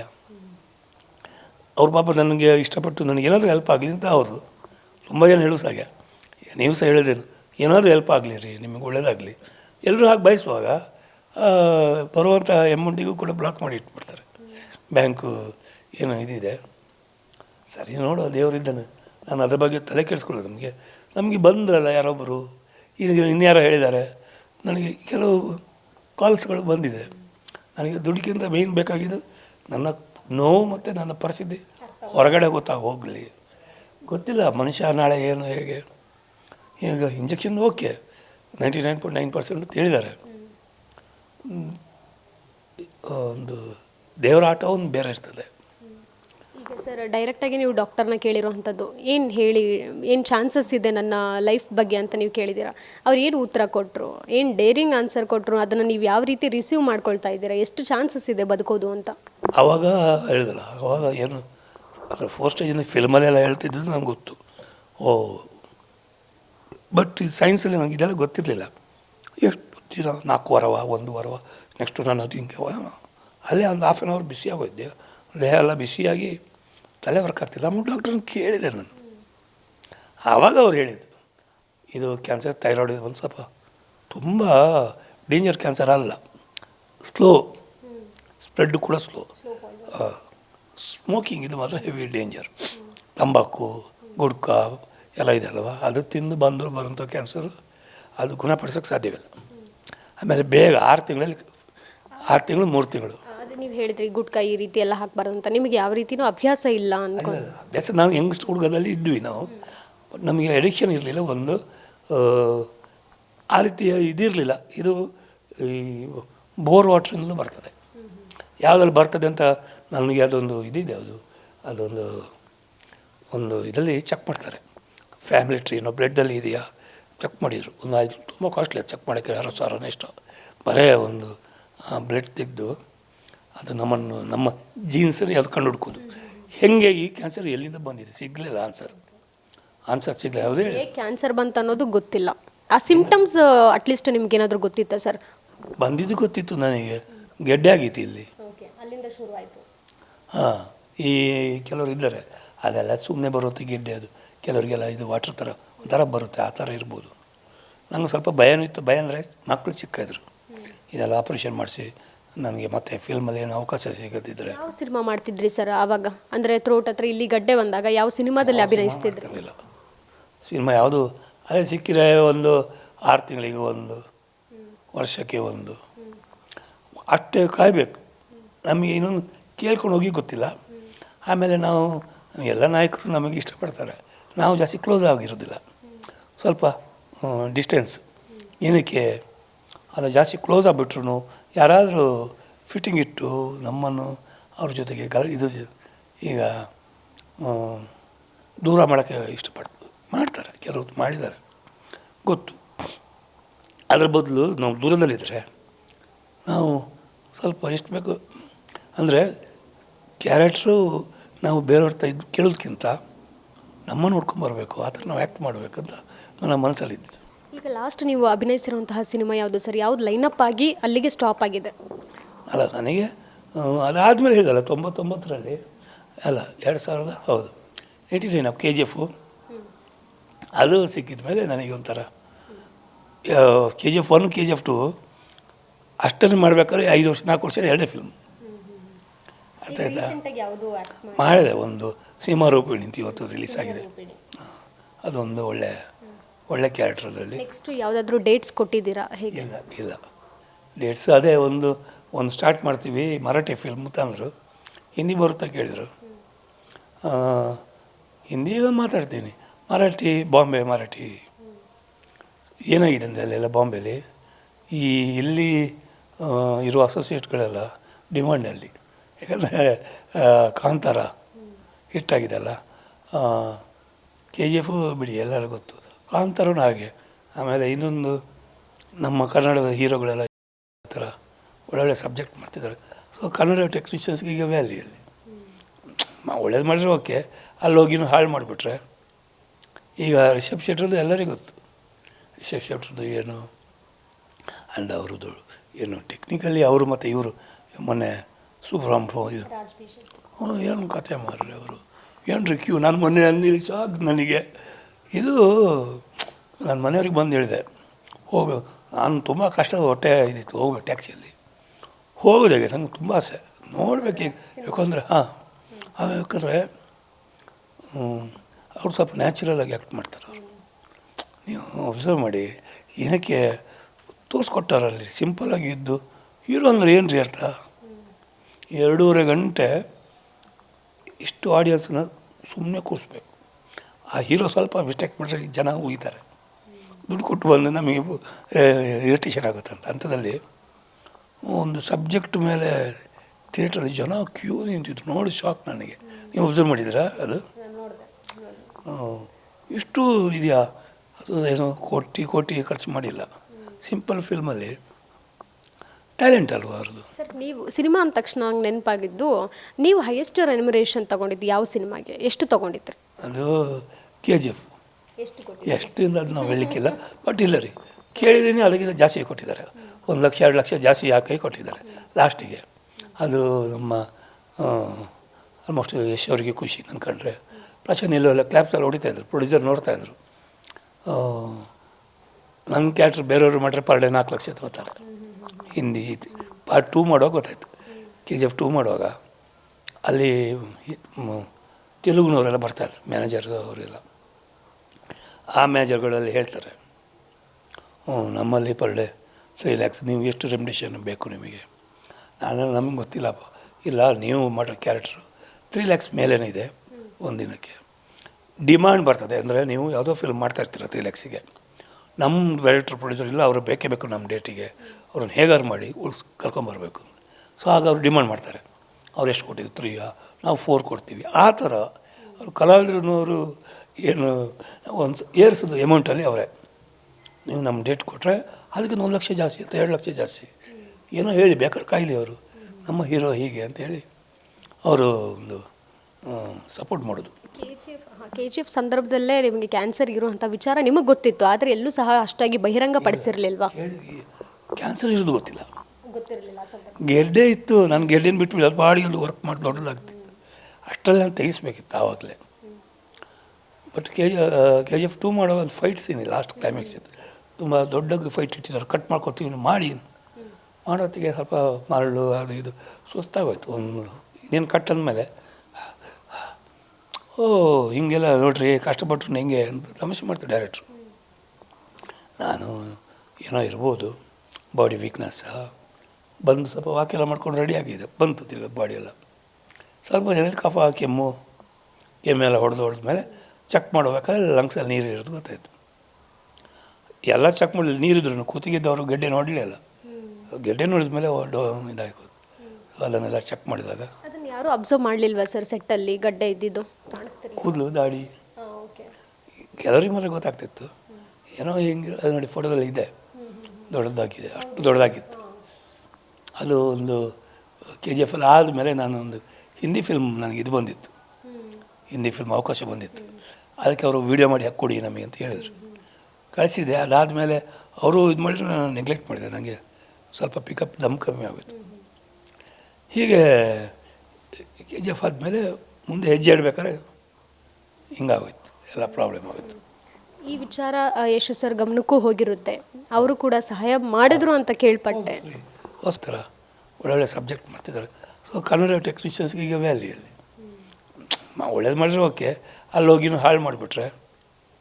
ಈಗ ರಿಷಬ್ ಶೆಟ್ರದ್ದು ಎಲ್ಲರಿಗೂ ಗೊತ್ತು, ರಿಷಬ್ ಶೆಟ್ರದ್ದು ಏನು ಆ್ಯಂಡ್ ಅವ್ರದ್ದು ಏನು ಟೆಕ್ನಿಕಲಿ ಅವರು ಮತ್ತು ಇವರು ಮೊನ್ನೆ ಸೂಪರ್ ಇದು ಏನು ಕತೆ ಮಾಡ್ರಿ ಅವರು, ಏನು ರೀ ಕ್ಯೂ. ನಾನು ಮೊನ್ನೆ ಅಂದಿಲ್ಲ ಶಾಕ್ ನನಗೆ. ಇದು ನನ್ನ ಮನೆಯವ್ರಿಗೆ ಬಂದು ಹೇಳಿದೆ, ಹೋಗು, ನಾನು ತುಂಬ ಕಷ್ಟದ ಹೊಟ್ಟೆ ಇದ್ದಿತ್ತು, ಹೋಗ್ಬೇಕು ಟ್ಯಾಕ್ಸಿಯಲ್ಲಿ. ಹೋಗೋದಾಗೆ ನಂಗೆ ತುಂಬ ಆಸೆ ನೋಡ್ಬೇಕು. ಯಾಕಂದರೆ ಯಾಕಂದರೆ ಅವ್ರು ಸ್ವಲ್ಪ ನ್ಯಾಚುರಲಾಗಿ ಆ್ಯಕ್ಟ್ ಮಾಡ್ತಾರೆ. ನೀವು ಅಬ್ಸರ್ವ್ ಮಾಡಿ, ಏನಕ್ಕೆ ತೋರಿಸ್ಕೊಟ್ಟಾರಲ್ಲಿ ಸಿಂಪಲ್ಲಾಗಿ ಇದ್ದು. ಹೀರೋ ಅಂದ್ರೆ ಏನು ರೀ ಅರ್ಥ? 2.5 ಗಂಟೆ ಇಷ್ಟು ಆಡಿಯನ್ಸ್ನ ಸುಮ್ಮನೆ ಕೂರಿಸ್ಬೇಕು. ಆ ಹೀರೋ ಸ್ವಲ್ಪ ಮಿಸ್ಟೇಕ್ ಮಾಡಿದ್ರೆ ಜನ ಉಗಿತಾರೆ, ದುಡ್ಡು ಕೊಟ್ಟು ಬಂದು ನಮಗೆ ಇರಿಟೇಷನ್ ಆಗುತ್ತಂತ. ಅಂಥದ್ದಲ್ಲಿ ಒಂದು ಸಬ್ಜೆಕ್ಟ್ ಮೇಲೆ ಥಿಯೇಟ್ರಲ್ಲಿ ಜನ ಕ್ಯೂ ನಿಂತಿದ್ರು, ನೋಡಿ ಶಾಕ್ ನನಗೆ. ನೀವು ಅಬ್ಸರ್ವ್ ಮಾಡಿದ್ದೀರಾ ಅದು? ಇಷ್ಟು ಇದೆಯಾ? ಅದು ಏನೋ ಕೋಟಿ ಖರ್ಚು ಮಾಡಿಲ್ಲ, ಸಿಂಪಲ್ ಫಿಲ್ಮಲ್ಲಿ ಟ್ಯಾಲೆಂಟ್ ಅಲ್ವಾ ಅವ್ರದ್ದು. ಸರ್, ನೀವು ಸಿನಿಮಾ ಅಂದ ತಕ್ಷಣ ನಂಗೆ ನೆನಪಾಗಿದ್ದು, ನೀವು ಹೈಯೆಸ್ಟ್ ರೆಮ್ಯುನರೇಷನ್ ತೊಗೊಂಡಿದ್ದು ಯಾವ ಸಿನಿಮಾಗೆ, ಎಷ್ಟು ತೊಗೊಂಡಿದ್ರಿ? ಅದು KGF. ಎಷ್ಟು ಎಷ್ಟರಿಂದ ಅದು ನಾವು ಹೇಳಲಿಕ್ಕಿಲ್ಲ, ಬಟ್ ಇಲ್ಲ ರೀ, ಕೇಳಿದ್ದೀನಿ ಅದಕ್ಕಿಂತ ಜಾಸ್ತಿ ಕೊಟ್ಟಿದ್ದಾರೆ. 1 ಲಕ್ಷ 2 ಲಕ್ಷ ಜಾಸ್ತಿ ಯಾಕೆ ಕೊಟ್ಟಿದ್ದಾರೆ ಲಾಸ್ಟಿಗೆ. ಅದು ನಮ್ಮ ಆಲ್ಮೋಸ್ಟ್ ಯಶ್ ಅವರಿಗೆ ಖುಷಿ ಅಂದ್ಕೊಂಡ್ರೆ. ಪ್ರಶಾಂತ್ ಇಲ್ಲವೆಲ್ಲ ಕ್ಲಾಪ್ಸಲ್ಲಿ ಹೊಡಿತಾಯಿದ್ರು, ಪ್ರೊಡ್ಯೂಸರ್ ನೋಡ್ತಾಯಿದ್ರು. ನನ್ನ ಕ್ಯಾರೆಕ್ಟ್ರ್ ಬೇರೆಯವರು ಮಾಡ್ರೆ ಪರ್ ಡೇ 4 ಲಕ್ಷ ತಗೋತಾರೆ. ಹಿಂದಿ ಪಾರ್ಟ್ 2 ಮಾಡುವಾಗ ಗೊತ್ತಾಯಿತು, KGF 2 ಮಾಡುವಾಗ ಅಲ್ಲಿ ತೆಲುಗುನವರೆಲ್ಲ ಬರ್ತಾಯಿದ್ರು, ಮ್ಯಾನೇಜರ್ ಅವರೆಲ್ಲ. ಆ ಮ್ಯಾನೇಜರ್ಗಳಲ್ಲಿ ಹೇಳ್ತಾರೆ, ನಮ್ಮಲ್ಲಿ ಪರ್ ಡೇ 3 lakhs, ನೀವು ಎಷ್ಟು ರೆಮ್ಯುನರೇಷನ್ ಬೇಕು ನಿಮಗೆ? ನಮಗೆ ಗೊತ್ತಿಲ್ಲಪ್ಪ. ಇಲ್ಲ, ನೀವು ಮಾಡೋ ಕ್ಯಾರೆಕ್ಟ್ರು 3 lakhs ಮೇಲೇ ಇದೆ ಒಂದಿನಕ್ಕೆ. ಡಿಮ್ಯಾಂಡ್ ಬರ್ತದೆ ಅಂದರೆ ನೀವು ಯಾವುದೋ ಫಿಲ್ಮ್ ಮಾಡ್ತಾಯಿರ್ತೀರ 3 lakhsಗೆ, ನಮ್ಮ ಡೈರೆಕ್ಟ್ರ್ ಪ್ರೊಡ್ಯೂಸರ್ ಇಲ್ಲ, ಅವರು ಬೇಕೇ ಬೇಕು ನಮ್ಮ ಡೇಟಿಗೆ, ಅವ್ರನ್ನ ಹೇಗಾರು ಮಾಡಿ ಕರ್ಕೊಂಬರ್ಬೇಕು. ಸೊ ಆಗ ಅವ್ರು ಡಿಮ್ಯಾಂಡ್ ಮಾಡ್ತಾರೆ, ಅವ್ರು ಎಷ್ಟು ಕೊಟ್ಟಿದ್ದು 3, ನಾವು 4 ಕೊಡ್ತೀವಿ. ಆ ಥರ ಅವರು ಕಲಾವಿದ್ರನ್ನವರು ಏನು ಒಂದು ಏರಿಸೋದು ಅಮೌಂಟಲ್ಲಿ ಅವರೇ. ನೀವು ನಮ್ಮ ಡೇಟ್ ಕೊಟ್ಟರೆ ಅದಕ್ಕೆ 1 ಲಕ್ಷ ಜಾಸ್ತಿ ಅಂತ 2 ಲಕ್ಷ ಜಾಸ್ತಿ ಏನೋ ಹೇಳಿ ಬೇಕಾದ್ರೆ ಕಾಯಿಲಿ ಅವರು, ನಮ್ಮ ಹೀರೋ ಹೀಗೆ ಅಂತ ಹೇಳಿ ಅವರು ಒಂದು ಸಪೋರ್ಟ್ ಮಾಡೋದು. KGF ಸಂದರ್ಭದಲ್ಲೇ ನಿಮಗೆ ಕ್ಯಾನ್ಸರ್ ಇರುವಂಥ ವಿಚಾರ ನಿಮಗೆ ಗೊತ್ತಿತ್ತು, ಆದರೆ ಎಲ್ಲೂ ಸಹ ಅಷ್ಟಾಗಿ ಬಹಿರಂಗ ಪಡಿಸಿರಲಿಲ್ವಾ? ಕ್ಯಾನ್ಸರ್ ಇರೋದು ಗೊತ್ತಿಲ್ಲ, ಗೆಡ್ಡೆ ಇತ್ತು. ನಾನು ಗೆಡ್ಡೆನ ಬಿಟ್ಟು ಅದು ಬಾಡಿ ಒಂದು ವರ್ಕ್ ಮಾಡಿ ದೊಡ್ಡದಾಗ್ತಿತ್ತು, ಅಷ್ಟರಲ್ಲಿ ನಾನು ತೆಗಿಸ್ಬೇಕಿತ್ತು ಆವಾಗಲೇ. ಬಟ್ KGF 2 ಮಾಡೋ ಒಂದು ಫೈಟ್ ಸೀನ್ ಲಾಸ್ಟ್ ಕ್ಲೈಮ್ಯಾಕ್ಸ್ ಇತ್ತು, ತುಂಬ ದೊಡ್ಡ ಫೈಟ್ ಇಟ್ಟಿದ್ದಾರೆ, ಕಟ್ ಮಾಡ್ಕೊತೀವಿ ಮಾಡಿ ಮಾಡೋತ್ತಿಗೆ ಸ್ವಲ್ಪ ಮರಳು ಅದು ಇದು ಸುಸ್ತಾಗೋಯ್ತು. ಒಂದು ಇನ್ನೇನು ಕಟ್ ಅಂದಮೇಲೆ ಹಿಂಗೆಲ್ಲ ನೋಡ್ರಿ ಕಷ್ಟಪಟ್ಟರು ಹೆಂಗೆ ಅಂತ ತಮಾಷೆ ಮಾಡ್ತೀವಿ ಡೈರೆಕ್ಟ್ರು. ನಾನು ಏನೋ ಇರ್ಬೋದು, ಬಾಡಿ ವೀಕ್ನೆಸ್ಸ ಬಂದು ಸ್ವಲ್ಪ ವಾಕೆಲ್ಲ ಮಾಡ್ಕೊಂಡು ರೆಡಿ ಆಗಿದೆ, ಬಂತು ತಿರ್ಗ ಬಾಡಿ ಎಲ್ಲ ಸ್ವಲ್ಪ ಏನಾದ್ರು ಕಫ ಕೆಮ್ಮೆಲ್ಲ ಹೊಡೆದ್ಮೇಲೆ ಚೆಕ್ ಮಾಡಬೇಕಾದ್ರೆ ಲಂಗ್ಸಲ್ಲಿ ನೀರು ಇರೋದು ಗೊತ್ತಾಯಿತು. ಎಲ್ಲ ಚೆಕ್ ಮಾಡಲಿ, ನೀರಿದ್ರು ಕೂತಿಗಿದ್ದವರು ಗೆಡ್ಡೆ ನೋಡಲಿಲ್ಲ, ಗೆಡ್ಡೆ ನೋಡಿದ ಮೇಲೆ ಇದಾಯ್ತು. ಅದನ್ನೆಲ್ಲ ಚೆಕ್ ಮಾಡಿದಾಗ ಅದನ್ನು ಯಾರು ಅಬ್ಸರ್ವ್ ಮಾಡಲಿಲ್ವಾ ಸರ್ ಸೆಟ್ಟಲ್ಲಿ ಗಡ್ಡೆ ಇದ್ದಿದ್ದು? ಕೂದಲು ದಾಡಿ ಕೆಲವರಿಗೆ ಮಾತ್ರ ಗೊತ್ತಾಗ್ತಿತ್ತು. ಏನೋ ಹಿಂಗೆ ಅದು ನೋಡಿ ಫೋಟೋದಲ್ಲಿ ಇದೆ, ದೊಡ್ಡದಾಗಿದೆ, ಅಷ್ಟು ದೊಡ್ಡದಾಗಿತ್ತು. ಅದು ಒಂದು KGF ಅಲ್ಲಿ ಆದಮೇಲೆ ನಾನು ಒಂದು ಹಿಂದಿ ಫಿಲ್ಮ್ ನನಗೆ ಇದು ಬಂದಿತ್ತು, ಹಿಂದಿ ಫಿಲ್ಮ್ ಅವಕಾಶ ಬಂದಿತ್ತು. ಅದಕ್ಕೆ ಅವರು ವೀಡಿಯೋ ಮಾಡಿ ಹಾಕ್ಕೊಡಿ ನಮಗೆ ಅಂತ ಹೇಳಿದರು. ಕಳಿಸಿದೆ. ಅದಾದಮೇಲೆ ಅವರು ಇದು ಮಾಡಿದ್ರು, ನಾನು ನೆಗ್ಲೆಕ್ಟ್ ಮಾಡಿದೆ. ನನಗೆ ಸ್ವಲ್ಪ ಪಿಕಪ್ ದಮ್ ಕಮ್ಮಿ ಆಗೋಯ್ತು. ಹೀಗೆ KGF ಆದಮೇಲೆ ಮುಂದೆ ಹೆಜ್ಜೆ ಇಡಬೇಕಾದ್ರೆ ಹಿಂಗಾಗೋಯ್ತು, ಎಲ್ಲ ಪ್ರಾಬ್ಲಮ್ ಆಗೋಯ್ತು. ಈ ವಿಚಾರ ಯಶ್ ಸರ್ ಗಮನಕ್ಕೂ ಹೋಗಿರುತ್ತೆ, ಅವರು ಕೂಡ ಸಹಾಯ ಮಾಡಿದ್ರು ಅಂತ ಕೇಳ್ಪಟ್ಟೆ. ಸರಿ ಬಂದು ಮುಂದೆ ನಿಂತು ಸಹಾಯ ಅವ್ರು ಮಾಡಿರೋದಕ್ಕಿಂತಲೂ ಮಾತು ಇದ್ದಲ್ಲ, ಫೋನ್ ಮಾಡೋದು, ಹೇಗಿದ್ದೀರಿ ಸರ್, ಅದೊಂಥರ ಇದೇ ಬೇರೆ ರೀ. ಮನೇಲಿ ಹೆಂಡತಿ ಮಕ್ಕಳೆಲ್ಲ ಒಂಥರ ಮಗ ಚಿಕ್ಕ ಮಗ ದೊಡ್ಡ ಅಭಿಮಾನಿ. ಯಶ್ ಮಾಮ ಫೋನ್ ಮಾಡ್ತಾರೆ ನಮ್ಮ ಅಪ್ಪನಿಗೆ. ನಾವು ಅವ್ರೇನು ಹೇಳ್ತಾರೆ, ಯಶ್ ಅವರು ನೀವು ನಮ್ಗಿಂತ ಸೀನಿಯರ್ ಆರ್ಟಿಸ್ಟ್ ಸರ್, ನಾವು ಬಂದಿರ್ಬೋದು, ಅವರದ್ದು ಒಳ್ಳೆ ಕೂಡ ಅದು, ನಮಗೂ ಕೂಡ ದೊಡ್ಡ ಸ್ಟಾರ್ ಆಗಿದೆ. ನಾವು ಅವರನ್ನು ಹಾಗೇನು ಮಾಡ್ಕೋಬೇಕು. ಜಾಸ್ತಿ ಮೈ ಮೇಲೆ ಬಿದ್ದು ಎಲ್ಲರೂ ಅವ್ರನ್ನ ಕಳ್ಕೊಂಬಿಟ್ರೆ ಏನಂದ್ರೆ ಈಗ ನೋಡಿ ಇಂಡಸ್ಟ್ರಿಗೆ ಅವರು ಒಂದು ಟೈಮ್ ಅವರು ಹೇಳಿದ್ದಾರೆ ನನಗೆ, ಇತ್ತೀಚೆಗೆ ಕೆಲವು ವೀಡಿಯೋ ನೋಡಿದ್ದು, ನಾನು ನನ್ನ ಕನ್ನಡಚಿತ್ರವೊಂದನ್ನು ಎಲ್ಲಿ ಕರ್ಕೊಂಡು ಹೋಗ್ತೀನಿ ನೋಡಿ, ಎಲ್ಲೂ ಕೂಡ ನಾನು ಇದಕ್ಕೆ ಹೋಗ್ತೀನಿ, ನಾನು ಬೆಳಿ ಹೇಳಿಲ್ಲ ಅವರು. ಕಾನ್ಸೆಪ್ಟ್ ಅವ್ರದ್ದು ಪ್ಲ್ಯಾನ್ ಹೇಗಿತ್ತಂದರೆ, ನಾನು ಮಾಡೋದಕ್ಕಿಂತ ನನ್ನ ಚಿತ್ರರಂಗಕ್ಕೆ ನಾನು ಮಾಡಬೇಕು, ಅದು ಮಾಡಿದ್ರೆ ನಾನು ಮಾಡಿದಾಗೇ ಅದು ಒಳ್ಳೆಯ ಇದಲ್ವ. ಪ್ರತಿಯೊಬ್ಬರು ಬಂದರು ಚಿತ್ರರಂಗಕ್ಕೆ, ನಂದು ಏನು ನಾನೇನು ಮಾಡ್ಕೊಂಡು ಸೆಟ್ಲ್ ಮೇಲೆ ಏನೂ ಇಲ್ಲ. ಇವತ್ತು ಅವ್ರು ಹೇಳಿದ್ದು ಸತ್ಯವಾಗಿ ಮಾಡಿದ್ದಾರೆ ಅವರು.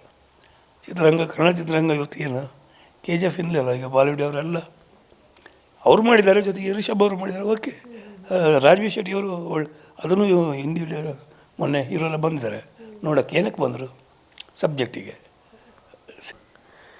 ಸರ್, ಈಗ ಹೇಳಿದ್ರಿ ಯಶ್ ಅವ್ರ ತಾಯಿ ಇರಬಹುದು, ಅವ್ರ ಜೊತೆ ಇರುವಂಥ ಒಡನಾಟ, ಜೊತೆಗೆ ನೀವು ರೀಸೆಂಟಾಗಿ ಅವರು ಪುಷ್ಪ ಅವರು ಮಾತಾಡುವಂತಹ ವಿಡಿಯೋ ವೈರಲ್ ಆಗಿದ್ದೆಲ್ಲ ನೋಡಿದ್ರಿ. ಏನು ಅನ್ನಿಸ್ತು ಅವ್ರ ಮಾತಿನ ಬಗ್ಗೆ? ಯಾಕಂದರೆ ಅವ್ರ ಮಾತು ಡೇರಿಂಗ್ ಲೇಡಿ, ಡ್ಯಾಶಿಂಗ್ ಲೇಡಿ ಅನ್ನೋಂತಹ ಟೈಟಲ್ಸ್ ಎಲ್ಲ ಇದೆ. ಒಂದೇ ಗೊತ್ತಾರೆ, ಅವ್ರು ಹೇಳ್ತಾರೆ ಗೊತ್ತಾ, ನಾನು ಹಾಸನದವರು, ನಾವು ಇರೋದೇ ಹೀಗೆ.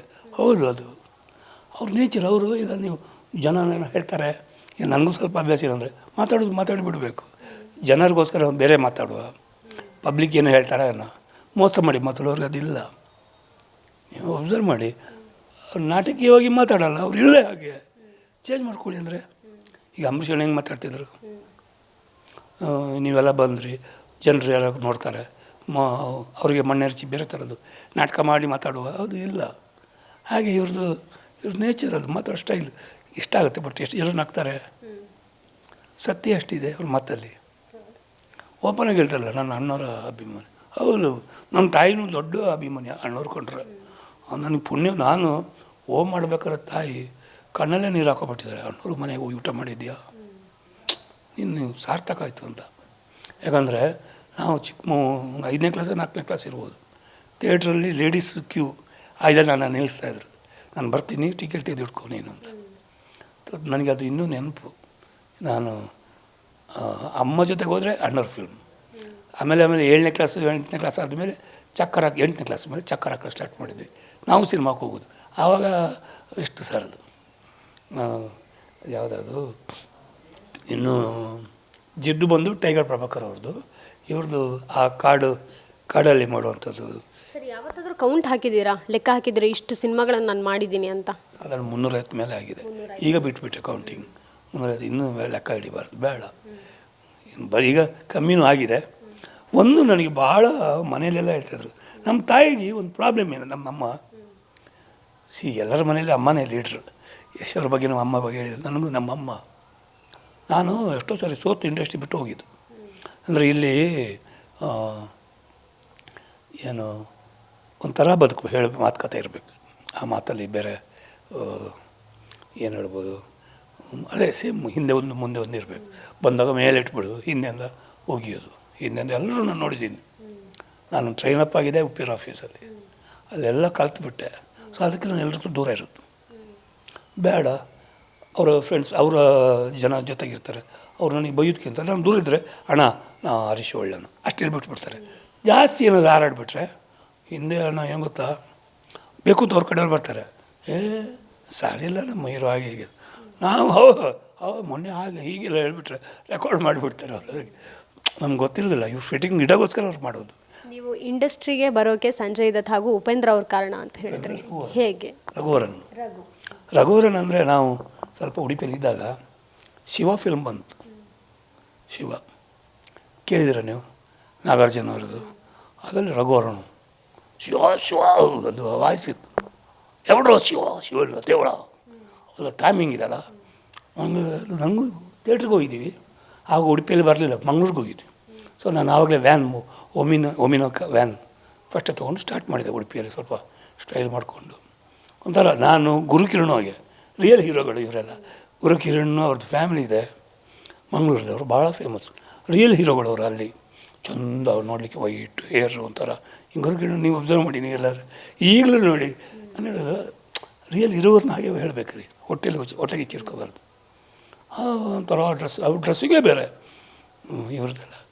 ಅವರು ಒಂದು ಹಾಗೆ ಉಡುಪಿಯಲ್ಲಿ ನಾವು ಅವ್ರು ಇವ್ರದ್ದೆಲ್ಲ ನೋಡಿಕೊಂಡು ನಾವು ಉಡುಪಿಯಲ್ಲಿ ಕಲರ್ ಡ್ರೆಸ್ ಬಟ್ ತೆಳ್ಳಗಿರೋದು. ಒಮ್ಮಿನ ವ್ಯಾನ್ ತೊಗೊಂಡು ಆವಾಗಲೇ ಒಂದು 2 ಲಕ್ಷ 3 ಲಕ್ಷ ಟೇಪ್ ರೆಕಾರ್ಡ್ ಹಾಕ್ಕೊಂಡು, ಅವಾಗ ಅಷ್ಟು ಕಾಸ್ಟ್ಲಿ, ಜನರಿಗೆ ಕಣ್ಣು ಕಾಯುವಾಗ ಮ್ಯೂಸಿಕ್ ಇಟ್ಕೊಂಡು ಓಡಾಡೋದು. ಸೊ ಮಂಗಳೂರಿಗೆ ಬಂದು ಫಿಲ್ಮ್ ನೋಡೋದು. ಸೊ ಆಗ ನನಗೆ ಗುರುಕಿರಣ್ ಅವರವರು ಪರಿಚಯ. ಅಂದರೆ ಜನ ಜಾಸ್ತಿ ಇರಲಿಲ್ಲ. ಒಂದು ವೆಹಿಕಲ್ ಮ್ಯೂಸಿಕ್ ಹಾಕೊಂಡು ಹೋಯ್ತು ಅಂದರೆ ಯಾರು, ನಂದು ನೋಟೆಡ್ ನಂಬರ್ 5000 ವೆಹಿಕಲ್ ನನಗೆ ಮಾತ್ರ ಇರಬೇಕು. ಆ ಥರ ಎಲ್ಲ ಮೇಂಟೈನ್ ಮಾಡಿದ್ವಿ, ಮೆರೆದ್ವಿ ನಾವು ಒಂದು ಟೈಮಲ್ಲಿ. ಅದಾದಮೇಲೆ ಶಿವ ನೋಡಬೇಕಾದ್ರೆ ಫಿಲ್ಮ್ ಹೋಗಿ ಥಿಯೇಟ್ರಿಂದ ಹೊರಗೆ ಬರ್ತೀನಿ. ಥಿಯೇಟ್ರು ಇಂಟ್ರಲ್ಲಿ ಎಲ್ಲ ಹೀಗೆ ನೋಡ್ತಾಯಿದ್ರು, ಅವನೇ Shiva film hero villain doubt ಆಗ್ತಾಯಿತ್ತು. ಆಯಿತು ಫಿಲ್ಮ್ ಬಿಡ್ತು ಎಲ್ಲ ನನ್ನ ಹಿಂದೆ. ನನಗೊಂಥರ ಮುಜುಗರ ಆಯಿತು, ಏನಪ್ಪ ಇದು ನೋಡ್ಲಿಕ್ಕೆ ಹೋದರೆ ರಘುವರನ್ನು ನನ್ನನ್ನು ಹೋಲಿಸ್ತಾಯಿದ್ರು. ಓಡೋಗ್ಬಿಟ್ಟೆ. ಆವತ್ತು ತಲೆ ಮೇಲೆ ಕೂತ್ಕೊಳ್ತು ಫಿಲ್ಮ್. ನನ್ನನ್ನು ಇಷ್ಟಪಡ್ತಾರೆ, ನನಗೂ ಕೂತ್ಕೊಳ್ತು. ಅದಾದಮೇಲೆ ಉಪೇಂದ್ರ ಅವ್ರ ಪರಿಚಯ ಆಗಿದೆ. ಎಷ್ಟು ಇದು ಶಿವ ಬಂದಿದ್ದು 92ರಲ್ಲಿ ಮೇಲೆ ಇರಬೇಕು. ಇದು 94 ನಾನು ಉಪೇಂದ್ರ ಅವ್ರಿಗೆ ಪರಿಚಯ ಆಗಿದ್ದು. ಅವ್ರದ್ದು ಯಾವುದು ಅಲ್ಲ, ಓಮ್ಗಿಂತ ತುಂಬದ್ದು ಹಿಟ್ ಆಯ್ತು. ಕುಮಾರ್ ಗೋವಿಂದ್ ಹೀರೋ. ಒಂದು ಚಿಕ್ಕ ಇದರಲ್ಲಿ ಇವತ್ತೇನು ಸಂಭ್ರಮ ಆಯ್ತಲ್ಲ, ಅದೇ ಥರ ಹುಷ್. ಜನ ಇಷ್ಟಪಟ್ಟರು. ಜನ ಗೆದ್ದ ಮೇಲೆ ಯಾರು ಮಾತಾಡೋಗಿಲ್ಲ, ಒಂಥರ ಸಬ್ಜೆಕ್ಟ್ ಅದು. ಏನಾದರೂ ಉಪೇಂದ್ರ ಅವ್ರ ಜೊತೆ ಟಚ್ ಇದ್ದೀರಾ, ಮಾತನಾಡಿದ್ರಾ? ನಿಮ್ಮ ಪರಿಸ್ಥಿತಿ ಅವ್ರಿಗೆ ಗೊತ್ತಾ? ಇಲ್ಲ, ಅವ್ರಿಗೂ ಗೊತ್ತಿಲ್ಲ. ಆಮೇಲೆ ಅದು ಹೇಳಿದಲ್ಲ, ನಾನೇ ಸ್ವಲ್ಪ ದೂರ. ಅವರು ಜೊತೆಗಿದ್ವಿ. ಅವರು ಇನ್ನೇನು ತೆಲುಗು ಎಲ್ಲ ಓಮ್ ಆಯಿತು. ಆಮೇಲೆ ಉಪೇಂದ್ರಲ್ಲೇ ಮಾಡಿದರು. ಜೊತೆಲಿದ್ದವ್ರು ಕೆಲವರು ತಂದಾಕ್ತಾರೆ, ಇದ್ದಾರೆ ಎಲ್ಲ ಇರಬೇಕು. ಆ ಥರದವ್ರು ಇರಬೇಕು. ನಮಗೆ ಬುದ್ಧಿ ಬರಬೇಕು. ನಮಗೂ ಸ್ವಲ್ಪ ಬಾಯಿ ಸರಿಯಿಲ್ಲ, ಏನೇನೋ ಮಾತಾಡ್ಬಿಡ್ತೀವಿ. ಅಲ್ಲ ಸರ್, ಈಗ ಯಾರಾದರೂ ನಿಮ್ಮ ಹಾಗೂ ಇನ್ನೊಂದು ಸೆಲೆಬ್ರಿಟಿ ಇಬ್ಬರ ನಡುವೆ ತಂದು ಇಟ್ಟು ಮಜಾ ತಗೊಳ್ಳೋಂಥ ಕೆಲಸ ಮಾಡಿದಾರಾ? ಅದೇ ನಡೀತಿರೋದು ಈಗ ಸಹ, ಅದೇ ನಡೀತಿರೋದು ಈಗಲ್ಲ. ಅದು ಅಣ್ಣವ್ರು ವಿಷ್ಣುವರ್ಧನ್ ಅವರಿಂದ ನಡೀತಾ ಇರೋದು ಇದೇ ನಮ್ಮ ಇಂಡಸ್ಟ್ರಿ ಹಾಳಾಗಿ. ಹೌದು, ನನ್ನ ವಿಷಯದಲ್ಲಿ ತುಂಬ ಜನ ಇದ್ದರು. ಅಲ್ಲ, ನನಗೆ ಅದು ಗೊತ್ತಾಗಿದೆ.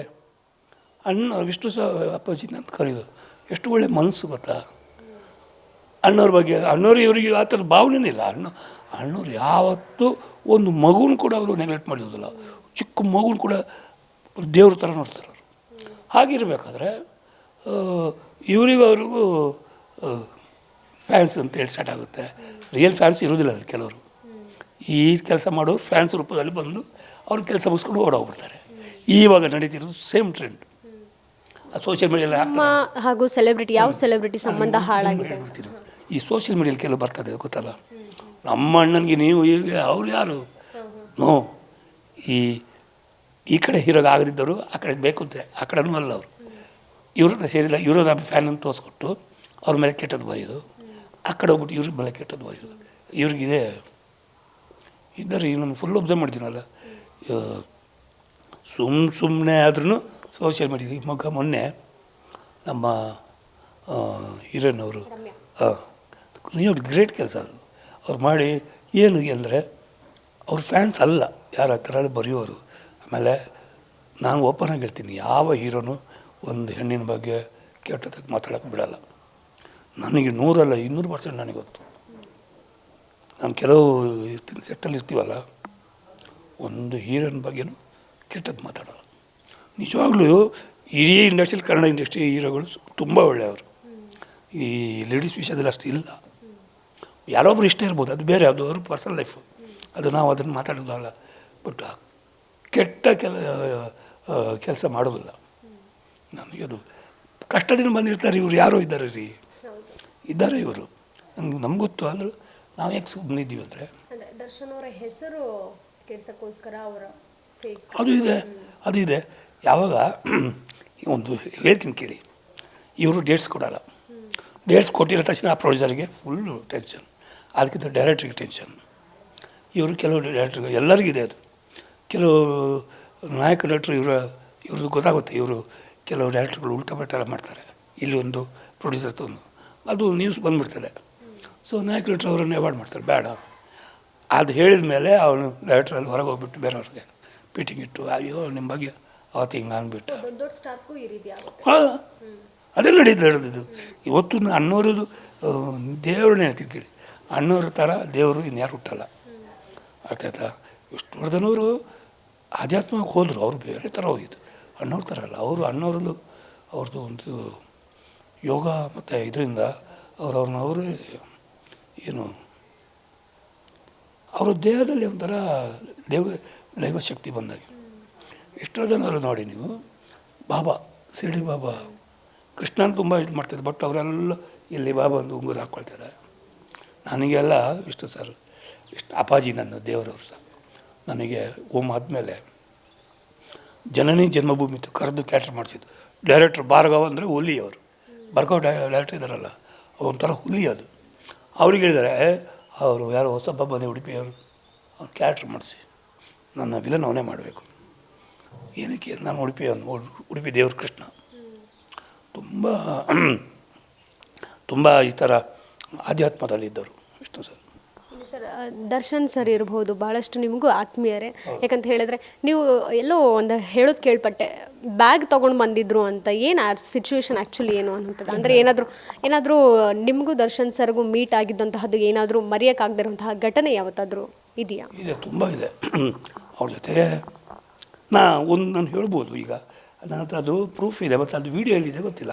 ಒಂದು 3 ವರ್ಷದ ಹಿಂದೆ ಅವರ ಬರ್ಡೇ ಇಲ್ಲಿ ಜನ ಸೇರ್ತಾರೆ ಬೇಡ ಅಂಥೇಳಿ, ಅದು ಯಾವುದೊಂದು ಎಸ್ಟೇಟ್ ಇದೆ ಮಂಗಳೂರು ಕಡೆ, ಅವ್ರದ್ದು ದೊಡ್ಡ ಎಸ್ಟೇಟು. ಮೊನ್ನೆ ಟಿ ವಿಲಿ ಬಂತು, ಅವರು ಆ ಎಸ್ಟೇಟಲ್ಲಿ ಇದ್ದರು, ಮೋಸ್ಟ್ಲಿ ಅದಾಗಿರ್ಬೋದು. ನನಗೆ ಫೋನ್ ಮಾಡಿದರು ಅವರ ಫ್ರೆಂಡಿಂದ, ಎಂಚೊಲ್ಲರು ಹೀಗೆ ಮಾತಾಡ್ತಾರೆ.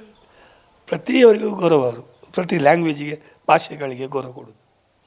ಈಗ 2 ಪ್ಯಾಂಟು 1-2 ಶರ್ಟು ಪ್ಯಾಕ್ ಮಾಡಿ ಬಂದುಬಿಡ್ಬೇಕು ನಾ ಈಗ ಸಾಯಂಕಾಲ ಅಲ್ಲ, ನಾಳೆ ಬೆಳಿಗ್ಗೆ. ಹೌದಾ, ಎಲ್ಲಿಗೆ ಹೇಗೆ ಹೇಳಿದೆ? ಅದು ಮಾತ್ರ ಕೇಳಬಾರ್ದು, ನನ್ನ ಹತ್ರ. ಬೆಳಿಗ್ಗೆ ನೀವು ವೆಹಿಕಲ್ ಹತ್ತಿ, ಆಮೇಲೆ ಗೊತ್ತಾಗುತ್ತೆ.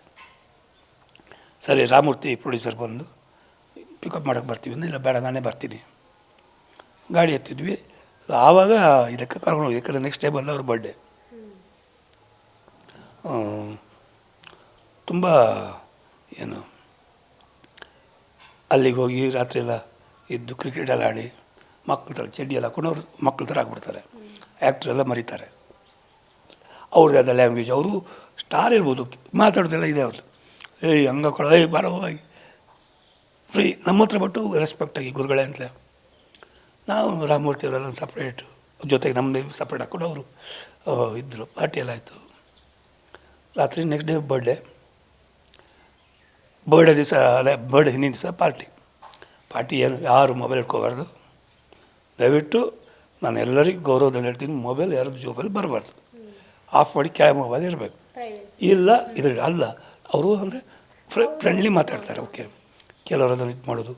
ಮತ್ತು ಇನ್ನೊಂದು ಹೇಳಿದ್ರು, ಕುಡಿದ ಮೇಲೆ ಯಾವ ಹೀರೋಗಳ ಬಗ್ಗೆ ಮಾತಾಡಬಾರ್ದು, ಇಲ್ಲಿ ಯಾವ ಹೀರೋನ ಜೊತೆ ವಿಷಯ ತಮಾಷೆ ಮಾಡಬಾರ್ದು, ರೂಲ್ಸು. ಅವ್ರನ್ನ ಯಾಕೆ ನಾವೆಲ್ಲ ಕೆಲವು ಹೇಳ್ತಾರಲ್ಲ, ಅವರು ರಫು ಡಾನು ಅಥವಾ ಒಂದು ಬಾಸು ಥರ ಮಾಡೋದು. ಅವರು ಈ ನೋವು ತಿಂದು ಅನುಭವಿಸ್ಬಿಟ್ಟಿದ್ದಾರೆ, ಅಷ್ಟು ನನಗೆ ಅನಿಸ್ಬಿಟ್ಟಿದ್ದು. ಆಮೇಲೆ ಕಷ್ಟದಿಂದ ಬಂದಿದ್ದಾರೆ, ತಿರ್ಗಾರ ಕೆಳಗೆ ಇಳಿಸ್ತಾರೆ. ಅವ್ರದ್ದೇನೋ ಇರ್ಬೋದು ರೂಲ್ಸ್, ತಪ್ಪಲ್ಲ. ಅವರ ಕೋಟೆ, ಅವರ ಇದಕ್ಕೆ ಅವರೇ ಅಲ್ಲ ಯಜಮಾನರು. ನಾವು ಅಲ್ಲಿ ಹೋಗಿ ಏನಕ್ಕೆ? ಅದು ಒಬ್ಬ ಒಳ್ಳೆ ವ್ಯಕ್ತಿನ ನಾವು ಕಳ್ಕೊಬಾರ್ದು. ಸರಿ, ಪಟ್ಟ ಒಂದು ಮೊಬೈಲೆಲ್ಲ ತೆಗೆದು ಯಾವುದೇ ಕಾರಣಕ್ಕೂ ಯಾವುದೇ ಇದಿರಬಾರ್ದು. ಕುಡಿದ ಮೇಲೆ ಎಲ್ಲರಿಗೂ ಮೈಕ್ ಇಟ್ಕೊಂಡು ಹೇಳಿದ್ದಾರೆ. ಒಬ್ಬ ಹೀರೋಗೂ ಕೂಡ ಅವ್ರದ್ದು ಹೇಳ್ರಪ್ಪ, ನಮ್ಮ ಒಬ್ಬ ಹೀರೋಗೂ ಕೂಡ ನಾವು ಯಾರು ಕೂಡ ಮಾತಾಡಬಾರ್ದು. ತಮಾಷೆ ಮಾಡೋದು ಮಾಡಬೇಡಿ. ಯಾರ್ದಾರು ಫಿಲ್ಮ್ ರಿಲೀಸ್ ಆಗ್ತದೆ ಅಂದರೆ ನೀವು ಸಪೋರ್ಟ್ ಮಾಡಿ. ನಾನು ಏನಕ್ಕೆ ಇದು ಮಾತಾಡ್ತೀನಿ ನಂಗೆ ಅರ್ಥ ಆಗಲಿಲ್ಲ. ಆಮೇಲೆ ಪಾರ್ಟಿ ಎಲ್ಲ ಸ್ಟಾರ್ಟ್ ಆಯಿತು. ಪಾರ್ಟಿ ಸ್ಟಾರ್ಟ್ ಆದಮೇಲೆ ಚಿಕ್ಕಣ್ಣ ಇದ್ದರು. ಆಮೇಲೆ ಯಾರು ನಮ್ಮ ಇವರು ಪ್ರೊಡ್ಯೂಸರ್ ಮೊನ್ನೆನೋ ಜಗಳ ಆಯ್ತಲ್ಲ ಓಂಬತ್ತಿರು ನನಗೆ ಅವತ್ತೇ ನೋಡಿದ್ದು ಓಂಬತ್ತಿರು ಒಳ್ಳೆ ಸ್ಟೈಲಾಗಿ ಗನ್ಮ್ಯಾನಲ್ಲಿ ಇದ್ರು. ನಾನು ಏನು ಪ್ರೊಡ್ಯೂಸರ್ ಈಗಿರ್ತಾರೆ, ಈಗಿನ ಹೆಂಗೆ ಪ್ರೊಡ್ಯೂಸರ್ ಅಲ್ಲ, ಕ್ಲೋಸ್ ಇವರೆಲ್ಲ. ನನಗೆ ಇನ್ನು ಸ್ಟಾರ್ಟ್ ಆಯ್ತು, ಇವ್ರದ್ದು ಸ್ಟಾರ್ಟ್ ಆದಮೇಲೆ ಹಾಡು ಹೇಳೋಕ್ಕೆ ಸ್ಟಾರ್ಟ್ ಮಾಡಿದರು. ತುಂಬ ಜನ ಒಬ್ಬೊಬ್ಬರು ಸಿಂಗಿಂಗ್ ಈ ಥರ ಹಾಡು ಹೇಳೋದು, ಹಾಡು ಹೇಳಿಬಿಟ್ರೆ ದುಡ್ಡು ಕೊಡಬೇಕು ಬೇರೆಯವರೆಲ್ಲ ಅವರಿಗೆ. ಚಿಕ್ಕಣ್ಣ ತುಂಬ ಹಾಡಿದರು. ಹಾಡಿದ ಮೇಲೆ ಆಮೇಲೆ ಇನ್ನೂ ಕೆಲವರು ಇದ್ದರು, ಎಲ್ಲ ಹಾಡಿದವರು. ನಾವು ನಮ್ಮ ಹತ್ರ ಮತ್ತು ಅವರು ಹತ್ರ ಬರೋಕ್ಕೆ ಬಿಡ್ತಿಲ್ಲ, ಅವರೇ ಹೋಗುದು ದುಡ್ಡು ಇವರು ಕೊಡಬೇಕು. ನನ್ನದು ಮತ್ತು ರಾಮಮೂರ್ತಿ ಪ್ರೊಡ್ಯೂಸರ್ ಹತ್ರ ಮಾತ್ರ ಅವರು ಬೇರೆಯವ್ರಿಗೆ ಹಾಕಿ ದುಡ್ಡು ಅಂತ. ಒಂದು 2 ಗಂಟೆ 3 ಗಂಟೆವರೆಗೆ ಕಮ್ಮಿ 5 ಲಕ್ಷ 6 ಲಕ್ಷ ಕಲೆಕ್ಟ್ ಆಗಿದೆ. ಇವ್ರದ್ದು ಸ್ಟಾಪ್ ಆಯಿತು, ಮೈಕ್ ಇಟ್ಕೊಟ್ರು. ಅವರ ಗೋವಿಂದಣ್ಣ ಅಂತಿದ್ದಾರೆ, ಅವರ ಬೇಕಾದ್ರೆ ಚೆಕ್ ಮಾಡಿ ನೀವು.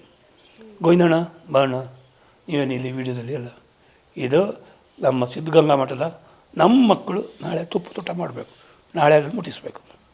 ಅದನ್ನು ಅವರೇ ಕೊಟ್ಟಂಗೆ ಮಾಡಿದೀವರು ಅವರವರೇ ಕೊಟ್ಟಂಗೆ ಸಂಘದವರು ಮತ್ತು ಕೊಟ್ಟ ಮಾಡಿ ನಾಳೆ ಬೆಳಿಗ್ಗೆ ಮುಟ್ಟಬೇಕು. ನಮ್ಮ ದೇವ್ರ ಮನೆಯಲ್ಲಿ ತುಪ್ಪದ ಊಟ ನಾಳೆ ನಡಿಬೇಕು. ನನಗೊಂಥರ ಆಗೋಯ್ತು. ನಾನು ಈಗ ಅವ್ರ ಬಗ್ಗೆ ಮಾತಾಡಿದ್ರೆ ದರ್ಶನ್ ಅವ್ರ ಬಗ್ಗೆ ಕಣ್ಣಲ್ಲಿ ನಾನು ನೋಡಿದ್ದೀನಿ, ಇವತ್ತೊಳಗಿಲ್ಲ, ಎಲ್ಲ ಫೋಟೋ ಎಲ್ಲ ಇದೆ ರೀ, ವಿಡಿಯೋ ಎಲ್ಲ ಮಾತ್ರ ಮಾಡಿದರು. ಅವ್ರು ಯಾರು ಮಾಡಿದ್ರು ಗೊತ್ತಿಲ್ಲ, ಕೇಳಬೇಕು. ರಾಮಮೂರ್ತಿ ಅವ್ರು ಕೊಡಿದ್ರು. ನಿಮಗೆ ಕ್ಯಾನ್ಸರ್ ಇದೆ ಅಂತ ತಿಳಿದ ಮೇಲೆ ಯಾವ ರೀತಿ ಅವರು ನಿಮಗೆ ಧೈರ್ಯ ತುಂಬಿದ್ರು, ಸಹಾಯ ಮಾಡಿದ್ರು? ಹೌದಲ್ಲ, ಈಗ ನಾನು ಹೇಳೋದು ಈ ಥರ ಅವರು ಮಾಡಿದಾಗ ಶಾಕ್ ಆಯ್ತು. ಮನೆ ಬಂದು ಹೇಳಿದೆ, ಈ ಅಪ್ಪನ ಅರ್ಥ ಮಾಡ್ಕೊಳ್ಳೋಕ್ಕೆ ಸಾಧ್ಯ ಇಲ್ಲಮ್ಮ, ನಮ್ಮ ಮನೇಲಿ ನಮ್ಮ ಮನೆ ಒಂಥರ ಮನೆಯವ್ರ ಥರ ಇಷ್ಟು ಕೂಗಾಡ್ತಾರೆ ತುಪ್ಪದವ್ರನ್ನ. ಆದಮೇಲೆ ನೆಕ್ಸ್ಟ್ ಬಾಡಿಯಲ್ಲಿ ಸ್ಟಾರ್ಟ್ ಮಾಡಿದರು, ಇನ್ನು ಮುಂದೆ ಹೂ ಬದಲಿಗೆ ರೈಸ್ ಬೇಳೆ ಅಕ್ಕಿ ತಂದು ಕೊಡಿ, ನಾನು ಮಠಕ್ಕೆ ಕೊಡ್ತೀನಿ. ಅಷ್ಟಾರ ಗುಣ ಅಲ್ಲ ರೀ, ಯಾರು ಕೊಡ್ತಿದ್ದಾರೆ ರೀ? ಕೊಡುವರು ನೋಡಿ, ಸ್ಮಗ್ಲಿಂಗ್ ಮಾಡುವರು ತುಂಬ ದುಡ್ಡಿದ್ರು ಕೊಡ್ಬೋದು, ಕಷ್ಟಪಟ್ಟು ಬೆವರು ಸುರಿಸೋದ್ರಿ ಹೀರೋ ಸುಲಭ ಇಲ್ಲ. ಒಬ್ಬೊಬ್ಬರ ಮೂಳೆಗಳು ಎಷ್ಟು ಕ್ರ್ಯಾಕ್ ಬಂದಿರ್ಬೋದು ಅಂತ ಅವ್ರಿಗೆ ಗೊತ್ತು. ಬಿದ್ದು ಬಿದ್ದು ಬಿದ್ದು ಡ್ಯಾನ್ಸು ಏನು ಸುಮ್ಮನೆ ಆಗ್ತದ ಸ್ಟೆಪ್ ಮಾಡೋದು? ನಾನು ಅದು ನೋಡಿದ್ದೀನಿ 100%. ಅವ್ರಿಗಿದೆ ಹಾರ್ಸಲ್ಲಿ ಬಿದ್ದಿದ್ದೆಲ್ಲ ಕ್ರ್ಯಾಕ್ ಇದೆ ಅವರಿಗೆ, ತುಂಬ ಇದೆ. ಅದನ್ನು ತೋರಿಸ್ಕೊಳ್ಳಲ್ಲ, ಹೋದ್ರೆ ನಗ್ತಾರೆ ಜನ, ಹೀರೋಗಳು ಹಿಂಗಾಗಿಬಿಟ್ಟಿದ್ದಾರೆ. ಈಗ ಮೊನ್ನೆ ಅವರು ಈಗ ಬೆನ್ನು ಏನಿಲ್ಲ ನನಗೆ ಗೊತ್ತು, ಏನಿದೆ ನಮ್ಮ ಹತ್ರದಲ್ಲಿರೋರು ಎಲ್ಲರಿಗೂ ಗೊತ್ತು. ಜೈಲಿಂದ ಬಂದಾದ್ಮೇಲೆ ಏನಾದರೂ ನೀವು ಮಾತಾಡ್ಸಿದ್ರ? ಬೇಲಿಂದ ಬಂದಾದ್ಮೇಲೆ ಇಲ್ಲ ಆಗಲಿಲ್ಲ, ನನಗೂ ಹೇಳ್ತಾರೆ ಇಲ್ಲ. ಆಮೇಲೆ ನನಗೆ ಅವರು ಒಂಥರ ಮುಖ ಡೆಲ್ಲಲ್ಲಿದ್ದರು, ಸ್ವಲ್ಪ ರಿಕವರ್ ಆಗಲಿ, ಫಿಲ್ಮಲ್ಲಿ ಬೀಸಿದ್ರು. ಆಮೇಲೆ ಈಗ ಆ್ಯಕ್ಟ್ ಮಾಡಿ ಫಿಲ್ಮಿಗೆ ಹೋದರೆ ಶೂಟಿಂಗ್ ನಡೀತೈತಲ್ಲ, ನೋಡಿಬಿಡ್ತಾರೆ, ಡೈರೆಕ್ಟ್ಗೆ ಏನಾದ್ರು ಕ್ಯಾಟ್ರ್ ಕೊಡಬೇಕಿತ್ತು ಅವರಿಗೆ, ಹೀಗೆಲ್ಲ ಮಾಡ್ತಾರೆ ಅವರು. ನಾನು ಬೇಡ, ಹೇಗೋ ಪರಿಸ್ಥಿತಿಲಿ ಇಲ್ಲ, ಆಮೇಲೆ ಬೇಡ, ಈಗ ಸದ್ಯ ತೊಂದರೆ ಕೊಡೋದು ಬೇಡ, ಸುಮ್ಮನೆ ಅದೇ. ಮೊನ್ನೆ ಹಿಂಗಾಯ್ತು ಬೇಜಾರಾಗೋಯ್ತು ತಿರ್ಗ. ಅಂದರೆ ಒಂದು 4 ಜನ ಒಟ್ಟಿಗೆ ಊಟ ಮಾಡ್ತಾರೆ, ಎಷ್ಟು ಜನ ಮನೆ ನಡೀತದೆ, ಥಿಯೇಟ್ರಲ್ಲಿ ಜನ ದುಡ್ಡು ಕೊಟ್ಟು ಬರ್ತಾರೆ, ಅಲ್ಲಿ ಥಿಯೇಟ್ರವ್ರಿಗೆ ಕೆಲಸ ಹಿಂಗಾಗಿ ಬರ್ತಿತ್ತು. ಅದು ಬಿಡಿ, ಏನು ಮಾಡೋದು. ನಾನು ಕ್ಯಾನ್ಸರ್ ಇದ್ದಾಗ ಫಸ್ಟು ಬೇಜಾರು ಮಾಡ್ಕೊಂಡು ಫೋನ್ ಮಾಡಿದರು, ಯಾಕೆ ಈ ಥರ ಮಾಡ್ತೀರಿ ಗುರುಗಳೇ ನೀವು? ನಾವು ಇಲ್ವಾ, ನಾವು ಯಾರು ಬಿಟ್ಕೊಡಲ್ಲ, ನಾವು ಇದ್ದೀವಿ ಅಂತ ಒಂದು ಒಳ್ಳೆ ಅಮೌಂಟು ಕಳಿಸ್ಕೊಟ್ರು. ಕಳಿಸಿದ ಮೇಲೆ ತಿರ್ಗಾ ಫೋನ್ ಮಾಡಿದರು, ಗುರುಗಳೇ ಒಂದು ವಿಷಯ ನೋಡಿ, ಇದಿಷ್ಟು ನನ್ನ ದುಡ್ಡಲ್ಲ, ಇದು ಇವ್ರದ್ದು ಮಿಕ್ಸ್, ಇವರು 3 ಜನ 2-3 ಹಾಕೊಂಡು ದುಡ್ಡು ಕೊಟ್ಟಿದ್ದು ಇಷ್ಟು ಅಮೌಂಟು. ನಾನು ಅವ್ರಿಗೆ ಹೇಳಿದ ಮಾತ್ರ, ಸೊ ನೀವು ಯಾರಿಗಾರು ಬ್ಲೆಸ್ ಮಾಡಿದ್ರೆ ಅವರಿಗೆ ಮಾಡಿ, ಅದು ಒಂದು ಸತ್ಯ ಅಲ್ಲ. ಏನು ನನಗೆ ಆವಾಗ ಮಾತ್ರ ಭಾಳ ಇದಾಯ್ತು. ಆವಾಗಲೇ ಯಶ್ ಅವ್ರು ಮೊದಲೇ ಮಾಡಿಬಿಟ್ಟಿದ್ದು. ಅವರು ಓಪನಾಗಿ ಹೇಳಿದರು, ನೀವು ನಮಗೊಂದು ಮಾತು ತಿಳಿಸಬೇಕಿತ್ತು ಮೊದಲೇ, ಏನಕ್ಕೆ ನೀವು ಇದಕ್ಕೆ ಹೋದ್ರಿ, ನೀವು ಪಬ್ಲಿಕ್ಕಿಗೆ ಏನಕ್ಕೆ ಹೋದ್ರಿ? ನಾವು ಇಲ್ವಾ, ಬೇಡ ಮಾಡಬೇಡಿ, ನೀವು ನಿಲ್ಲಿಸಿ, ನಾನು ನೋಡ್ಕೊಳ್ತೀನಿ. ಆಮೇಲೆ ತಿರ್ಗಾ ನೆಕ್ಸ್ಟ್ ಡೇ ಫೋನ್ ಮಾಡಿ, ಇಲ್ಲ ಜನ ಸಹಾಯ ಮಾಡ್ತಿದ್ದಾರೆ, ಜನ ತುಂಬ ಒಳ್ಳೆಯ ಇದು, ಅದು ಆಯಿತು ತಗೊಳ್ಳಿ, ನಾವು ಇರ್ತೀವಿ, ಜನರಾಶ್ರಯ ಫಸ್ಟ್ ತೊಗೊಳ್ಳಿ, ಇರಲಿ, ಒಂದು ರೀತಿಗೆ ಅದು ಒಳ್ಳೆಯದೇ ಇರಲಿ ಅಂತ ಧೈರ್ಯ ತುಂಬಿದವರು ಅವರು. ಆವಾಗ ಅವ್ರು ಏನು ಹೇಳಿದರೆ ನನಗೆ ಗೊತ್ತು. ಇವತ್ತು ಏನಾಗಿದೆ, ತಿರ್ಗಾ ನಾನು ಏನು ಅವ್ರ ಬಗ್ಗೆ ಹೋಗಬೇಕು ಹೆಂಗೆ, ಅದ್ರ ಮೇಲೆ ಇದು ಏನು ಗೊತ್ತಿಲ್ಲ ನನಗೆ. ಈಗ 1 ಇಂಜೆಕ್ಷನ್ 2 ಇಂಜೆಕ್ಷನ್ ಅಂದರೆ ಪಕ್ಕ ಹೇಳಿದ್ರೆ ಸಾಕು, ಇಷ್ಟು ಅಂದರೆ ನಾನು ಅದು ಹೇಳ್ಬೋದು ಒಬ್ಬರ ಹೋಗಿ. ಇದು ಇನ್ನು ಮುಂದೆ ಎಷ್ಟು ಬೇಕಾಗ್ಬೋದು, ಒಮ್ಮೆಲೆ ಹೋಗ್ಬಿಟ್ಟು ನನಗೆ ಇಷ್ಟು ಕೂಡ ಆಗುತ್ತಾ ಕೇಳಿ, ಆಗೋದಿಲ್ಲ. ಅಲ್ಲ, ಅವರಿಗೆ ಅದರ ಕೇರೆ ಮಾಡೋದಿಲ್ಲ ಅವರು. ಮಾಡ್ಬೇಕು, ನಂಗೆ ಒಳ್ಳೇದು ಮಾಡೇ ಮಾಡ್ತಾರೆ, ಅದು ಬೇರೆ. ನಾನು ಅದನ್ನು ಹೇಗೆ ಅವ್ರ ಮುಂದೆ ನಿಲ್ಲೋದು ಈ ಥರ. ಸೊ ಬೇಡ ಈ ಸರಿ ಸೀಕ್ರೆಟಾಗಿ ಇದು ಬೇಡ. ಬಟ್ ಆದರೂ ನನಗೆ ಗೊತ್ತಿದ್ದ ಮಟ್ಟಿಗೆ ಅವರಿಗೆ ಬಿಟ್ಕೊಡಲ್ಲ ಅವ್ರು ಮಾತ್ರ. ಅದು 100 ಅಲ್ಲ 200%. ಈಗೇನು ಟಾಕ್ಸಿಕ್ ಹಾಗೂ ರಾಮಾಯಣ ಬಾಲಿವುಡ್ನಲ್ಲಿ ಅಲ್ಲಿ ಬ್ಯುಸಿ ಆಗಿದ್ದಾರೆ. ನಾನು ಅದಕ್ಕೆ ಅವ್ರಿಗೆ ಒಂದು ಮನಸ್ಸಿಗೆ ನನ್ನಿಂದ ಈ ಥರದ್ದೆಲ್ಲ ಪ್ರಾಬ್ಲಮ್ ಹೇಳ್ಕೊಂಡು ಅಯ್ಯೋ ಹೆಂಗಾಯ್ತು. ಯಾಕಂದರೆ ಇದ್ರ ಮೊದಲು ಬರ್ಡೇ ಮೆಸೇಜ್ ಆಗಿದ ತಕ್ಷಣ ಫೋನ್ ಮಾಡಿದ್ದಾರೆ 2 ದಿನ ಬಿಟ್ಟು ಮಾತಾಡಿದ್ದಾರೆ ಮನೆಯಲ್ಲಿ. ಗುಣ ಆಗ್ತಾ ಉಂಟು, ಹೌದು ಅಂದೆ. ರೀಸೆಂಟಲ್ಲ, ಹೋದ ವರ್ಷ ಬರ್ಡೇ ಗುಣ ಆಗ್ತಿದೆಯಲ್ಲ. ಆದಮೇಲೆ ನನಗೆ ಫಿಲ್ಮ್ ನೀವು ಸಿಗಬೇಕು. ಅವಾಗ ಕೇಳಿದೆ KGF ಇದು ಹೇಗೆ ನೆಕ್ಸ್ಟ್. ನಾನು ಒಂದು KGF 3ವರೆಗಾದರೂ ಇರಬೇಕು ನಿಮ್ಮ ಬಿಡಿ, ಅದ್ರ ಬಗ್ಗೆ ತಲೆ ಕೆಡಿಸ್ಕೋಬೇಡಿ, ಇನ್ನೂ ತುಂಬ ಮಾಡಲಿಕ್ಕಿದೆ ಜೊತೆಲಿ ಮಾಡುವ, ಫಸ್ಟ್ ಗುಣ ಆಗೋದು ನೋಡಿ ತಗೊಳ್ಳಿ ಅಂದರು. ಅದಾದಮೇಲೆ ನಾನು ಸ್ವಲ್ಪ ಅಮೌಂಟ್ ಕಳಿಸ್ತೀನಿ ಅಂದರು. ಬೇಡವೇ ಬೇಡ ಅಂದೆ. ಅವ್ರು ಮಾಡಿದ್ದಿತ್ತು ಬೇಡವೇ ಬೇಡ ನನಗೆ ಅಂದರೆ ಹೇಳಿದರೆ. ಮತ್ತು ಮನೆಯವ್ರಿಗೆ ಕೇಳಿದ್ರು, ನನ್ನ ಮನೆಯವ್ರಿಗೆ ಫೋನ್ ತೊಗೊಂಡು ಆಮೇಲೆ ಕೇಳಿದರು. ಅವ್ರು ಸ್ವಲ್ಪ ಏನು ಮುಜುಗರ ಜಾಸ್ತಿ, ಅಮ್ಮ ಹೇಳಿ ಮನೆ ಪರಿಸ್ಥಿತಿಗೆ ನಾನೇನಾದ್ರು ಉಂಟು ಅಕೌಂಟ್ ನಂಬರ್ ಹಾಕ್ತೀವಿ. ಆಮೇಲೆ ಅಂದ್ರೆ ಇಲ್ಲ ಇವತ್ತು ನಾವು ತೊಂದರೆ ಇಲ್ಲ, ಯಾವತ್ತೂ ನಾವು ಮರೆಯಲ್ಲ, ಹಾಗೇನಾದ್ರೆ ನಮ್ಗೆ ತಿಳಿಸ್ಬೇಕು ಅಂತ ಹೇಳಿದ್ದಾರೆ. ಅವಾಗೇನು ನನಗೇನು ಪ್ರಾಬ್ಲಮ್ ಇರಲಿಲ್ಲ. ಅದಕ್ಕೆ ಈಗ ನಾನು ಬೇಡ ತಿಳಿಸೋದು ಬೇಡ. ಆದರೂ ಅವರಿಗೆ ಇನ್ಫಾರ್ಮೇಷನ್ ಯಾರೊಬ್ಬರು ಕಳಿಸಿದ್ದೀನಿ ಅಂತ ನನಗೆ ನಿನ್ನೆ ಗೊತ್ತಾಗಿದೆ. ಬಿಟ್ಕೊಡಲ್ಲ ಅವರು, ಬಿಟ್ಕೊಡಲ್ಲ. ಅದೇ ಭಯ ಏನಂದರೆ ತಿರ್ಗಾ ಕೇಳ್ತಾರೆ, ಏನು ತಿರ್ಗಾ ಇದನ್ನು ನೀವು ಬಂದರೆ ನನಗೆ ಹೇಳ್ಬೇಕಲ್ಲ ಅಂಥೇಳಿ. ಏನಕ್ಕೆ ಈ ಒಳ್ಳೊಳ್ಳೆ ಫಿಲ್ಮ್ ಮಾಡ್ತಿದ್ದಾರೆ ಎಷ್ಟು ಜನ. ಆಮೇಲೆ ಎಲ್ಲದಕ್ಕಿಂತ ದೊಡ್ಡದೇ ಗೊತ್ತಾ, ಕನ್ನಡ ಇಂಡಸ್ಟ್ರಿ ಇವತ್ತು ಅಲ್ಲಿ ಇದೆ. ಯಾವತ್ತು ರೇಂಜು ಶಾರುಖ್ ಖಾನ್ ರೇಂಜಲ್ಲಿ ಬಂದು ನಿಂತಿದ್ದಾರೆ. ಖುಷಿ. ಶಾರುಖ್ ಖಾನ್ ಮನುಷ್ಯನೇ ರೀ, ದೊಡ್ಡದೇನಲ್ಲ. ಬಟ್ ಅವ್ರ ಸಾಧನೆ, ಇವ್ರದ್ದು ಸಾಧನೆನಲ್ವ. ಇದರ ಜೊತೆಗೆ ಸುದೀಪ್ ಸರ್, ದುನಿಯಾ ವಿಜಯ್ ಅವರು ಕೂಡ ಸಹಾಯ ಮಾಡಿದ್ದಾರೆ. ಸುದೀಪ್ ಸರ್ಗೆ ನಾನು ವಿಷಯ ತಲುಪಿಸಲಿಲ್ಲ. ದುನಿಯಾ ವಿಜಯ್ ಹೋಸರಿ ಅವರು ನಾನು ಒಟ್ಟಿಗೆಲ್ಲ ಆ್ಯಕ್ಟ್ ಮಾಡ್ತಾಯಿದ್ದೀವಲ್ಲ, ನಮಗೆ ಅವ್ರಿಗೆ ಸಲಿಗೆ ಜಾಸ್ತಿ. ಇವಾಗ ಹೀರೋ ಆಗಿದ್ದು, ಆಮೇಲೆ ಅವ್ರು ಹೀರೋ ಥರ ತೋರಿಸ್ಕೊಳ್ಳಲ್ಲ. Duniya Vijay simple man very. ಆವಾಗಲೇ ಬಂದರು ಅವ್ರು, ಬಂದು ಅವರ ಚಾನಲಲ್ಲಿ ಕರೆಸಿ ನೋಡಿ ಹರೀಶ್ ರಾಯ್ಗೆ ಹೆಲ್ಪ್ ಮಾಡಿ, ನಾನು ಕೂಡ ಅವ್ರಿಗೆ ಹೆಲ್ಪ್ ಮಾಡ್ತೀನಿ, ನಾನು ಜೊತೆಗಿದ್ದೀನಿ, ಅವರಿಗೆ ಬಿಟ್ಕೊಡಲ್ಲ. ಒಬ್ಬ ಹೀರೋ ಈ ಥರ ಹೇಳಬೇಕಂದ್ರೆ ಅವರನ್ನು ಫಾಲೋ ಮಾಡೋದು ಇರ್ತಾರೆ ಭಾಳ. ಅದು ಇದು ಏನೋ ಒಂದು ಪವರ್ಫುಲ್ ಮಾತದು. ನನಗೆ ತುಂಬ ಹೋದ ವರ್ಷ ಅದೇನು ಹೇಳಿದೆ, ಹೋದ ಸರಿ ನನಗೆ ಈಗ 3 ವರ್ಷ ಚೆನ್ನಾಗಿರೋ ಕಾರಣ ಇವರೆಲ್ಲ ನಿಂತಿದ್ದಕ್ಕೆ. ನಾನು ಸುದೀಪ್ ಅವ್ರನ್ನ ಸ್ವಲ್ಪ ಅವಾಯ್ಡ್ ಮಾಡಿದೆ. ಒಂದು ಏನಕ್ಕೆ ಅವಾಯ್ಡ್ ನನಗೆ ಗೊತ್ತಿಲ್ಲ. ಅಂದರೆ ಇಷ್ಟಕ್ಕೆ ನನಗೆ ಒಂಥರ ಖುಷಿ ಆಗೋಯ್ತು. ಏನು ಇವ್ರು ಬಂದ್ರಲ್ಲ, ಬೇಡ ಇನ್ನು ಅವ್ರಿಗೆಲ್ಲ ತೊಂದರೆ ಕೊಡೋದು ಬೇಡ. ಹೋಗಿದರೆ ಅವ್ರಿಗೆ ಬಿಟ್ಕೊಡಲ್ಲ. ಬಿಕಾಸ್ ನಾನು ಸುದೀಪ್ ಅವರು ಇಂಡಸ್ಟ್ರಿಗೆ ಬರೋದ್ರ ಮೊದಲೇ ಫ್ರೆಂಡು, ಒಳ್ಳೆ ಫ್ರೆಂಡ್. ಅಷ್ಟು ಅಂದರೆ ಆವಾಗೆಲ್ಲ ಜಾಸ್ತಿ ಜನ ಇರಲಿಲ್ಲ. ನಾವು JP ನಗರ ಮನೆ ಮಾಡ್ಬೇಕಾದ್ರೆ ಅವರ ಅಮ್ಮ ಹೋಟ್ಲಲ್ಲೇ ಶೂಟಿಂಗ್ ಮಾಡಿದ್ದು, ಯಾರಿಗೂ ಗೊತ್ತಿಲ್ಲ. ನಾವು ಅವರ ಸರೋವರ್ ಅಂತ ದೊಡ್ಡ ಹೋಟೆಲ್, ಆ್ಯಂಡ್ ದೊಡ್ಡ ಶ್ರೀಮಂತರ ಮಗ ಅವರು ಆವಾಗ, ಆ ಕಾಲದಲ್ಲಿ. ಈಗ ಎಲ್ಲರೂ ಬೇರೆ, ಆ ಕಾಲದಲ್ಲಿ. ಬಟ್ ಅವರು ತಂದೆ ಮೇಲೆ ಡಿಪೆಂಡ್ ಇರಲ್ಲ. ಸಿಂಪಲಾಗಿ ಬೈಕಲ್ಲಿ ಬರೋದು, ಕ್ಯಾರೆಕ್ಟರ್ ಕೇಳೋಕ್ಕೆ. ಅವರನ್ನು ಮಿಸ್ಯೂಸ್ ಮಾಡೋಕ್ಕೆ ನೋಡಿದರು ನಮ್ಮ ಇಂಡಸ್ಟ್ರಿಯಲ್ಲಿ. ಅದಕ್ಕೆ ಇವತ್ತು ಅವರು ಅಷ್ಟು ಸ್ಟ್ರಿಕ್ಟ್ ಆಗಿರೋದು. ಅಂದರೆ ಅಷ್ಟು ಅವ್ರಿಗೆ ಟಾರ್ಚರ್ ಮಾಡಿಬಿಟ್ಟಿದ್ದಾರೆ. ಕೆಲವರು ಈಗಲೂ ಅವ್ರು ತಂದಾಗ್ತಾರೆ, ನಂಗೆ ಗೊತ್ತು ಯಾರು ಅಂತ. ಬಟ್ ಆ ಕಾಲದ ದಿನ ಸುದೀಪ್ ಅವರಿಗೆ ಅವರು ಒಳಗಿಂದ ಎನಿಮಿ. ಸರ್, ಎಲ್ರಿಗೂ ದರ್ಶನ್ ಹಾಗೂ ಸುದೀಪ್ ಗೆಳೆತನ ಮತ್ತೆ ಒಂದಾಗಬೇಕನ್ನುವಂತಹ ಆಸೆ, ಅದರಲ್ಲೂ ಅವರ ಅಭಿಮಾನಿಗಳಿಗೆ ಇರ್ಬೋದು, ಚಿತ್ರರಂಗದವ್ರಿಗಿಲ್ಲ. ಅರ್ಥ ಆಯ್ತಾ? ಅಭಿಮಾನಿಗಳು ಪಾಪ ಅವ್ರು ಏನು ಗೊತ್ತು, ಚಿತ್ರರಂಗದಲ್ಲಿ ಇರ್ತಾರೆ ಕೆಲವರು. ಅದು ರಂಗ ಎಂಬುದು ಬಣ್ಣವಾದ. ನಾವು ಬಣ್ಣಕ್ಕೆ ಆ್ಯಕ್ಟ್ ಮಾಡ್ತೀವಿ, ದೊಡ್ಡ ಬಣ್ಣ ಆ್ಯಕ್ಟ್ ಮಾಡೋರು ತುಂಬ ಜನ ಇದ್ದಾರೆ. ಅದು ನಿಮಗೂ ಗೊತ್ತಿರ್ತದೆ. ನೀವು ಅವ್ರ ತಲೆ ಹೋಗ್ತೀರಿ, ಮಾತಾಡ್ತೀರಿ, ಅಂತಾರೆ. ಚೆನ್ನಾಗಿ ನಿಮಗೆ ಗೊತ್ತಿರುತ್ತೆ ಸರ್. ನೋಡಿ ಗೊತ್ತಾಗ್ಬಿಡ್ತಲ್ಲ, ಸುಮ್ಮನೆ ಆಗೋದು ನಾವು. ಇರಲಿ, ಅಟ್ಲೀಸ್ಟ್ ಅವ್ರಿಗೆ ಈ ಥರ ಆದರೂ ಅವರು ಬದುಕಬೇಕು, ಸರ್ವೇ ಆಗಬೇಕು. ಇವರಿಬ್ಬರನ್ನು ದೂರ ಮಾಡಿದರೂ ಸರ್ವೇ ಆಗ್ತಾರೆ. ಡೇಟ್ ಕೊಡಲ್ವಾ ಇವ್ರಿಗೆ ಎಂಬ ಬಗ್ಗೆ ಹೇಳು, ಇದು ಕೊಡಲ್ವಾ ಅವ್ರ ಬಗ್ಗೆ ಹೇಳು. ಅಂದರೆ ಇವರು ಡೇಟ್ ಸಿಕ್ಕಿದ್ರೆ ದುಡ್ಡು ಅವರು ಫೈನಾನ್ಸ್ ಆಗ್ಬಿಡ್ತದೆ, ದುಡ್ಡು ಬರ್ತದೆ. ಇದೆಲ್ಲ ಇರುತ್ತೆ. ಇದು ಎಲ್ಲ ರಂಗದಲ್ಲಿದೆ ರೀ. ಆ ರಂಗ ಈ ರಂಗ ಅಂತ ಹೇಳಿಲ್ಲ, ಚಿತ್ರರಂಗ ಎಲ್ಲದಲ್ಲೂ ಇದೆ. ಎಲ್ಲರೂ ಒಳ್ಳೆಯವರಿಲ್ಲ, ಅದು ಕೆಟ್ಟದವರು ಇರ್ತಾರೆ. ಚಿತ್ರರಂಗ ತುಂಬ ದುಡಿಯುವಂಥ ಒಂದು ಇದು. ಸರ್ ಮತ್ತೊಂದು ವಿಚಾರ, ಮುತ್ತಪ್ಪ ರೈ ಸರ್ಗೂ ನಿಮಗೂ ಒಂದು ರೀತಿ ಕನೆಕ್ಷನ್ ಇದೆ, ಯಾಕಂದರೆ ನಿಮ್ಮ ಹೆಸರು ಹರೀಶ್ ಅಷ್ಟೇ, ರಾಯ್ ಅಲ್ಲ. ಬಟ್ ಹೇಗೆ ಬಂತದು ಅಂತ? ಅದೇ ರಾಯ್ ಎಂಬುದು ರೈ ಎಂಬ ಕ್ಯಾರೆಕ್ಟ್ರು. ರಾಯ್ ಇಡುವಂಗಿಲ್ಲ, ರಾಯ್ ಡೈರೆಕ್ಟ್ ರೈ ಇಡುವಂಗಿಲ್ಲ. ಅದು ರಾಯಿಂದ ಉಪೇಂದ್ರ ಅವರು ಬರೆದ್ರು.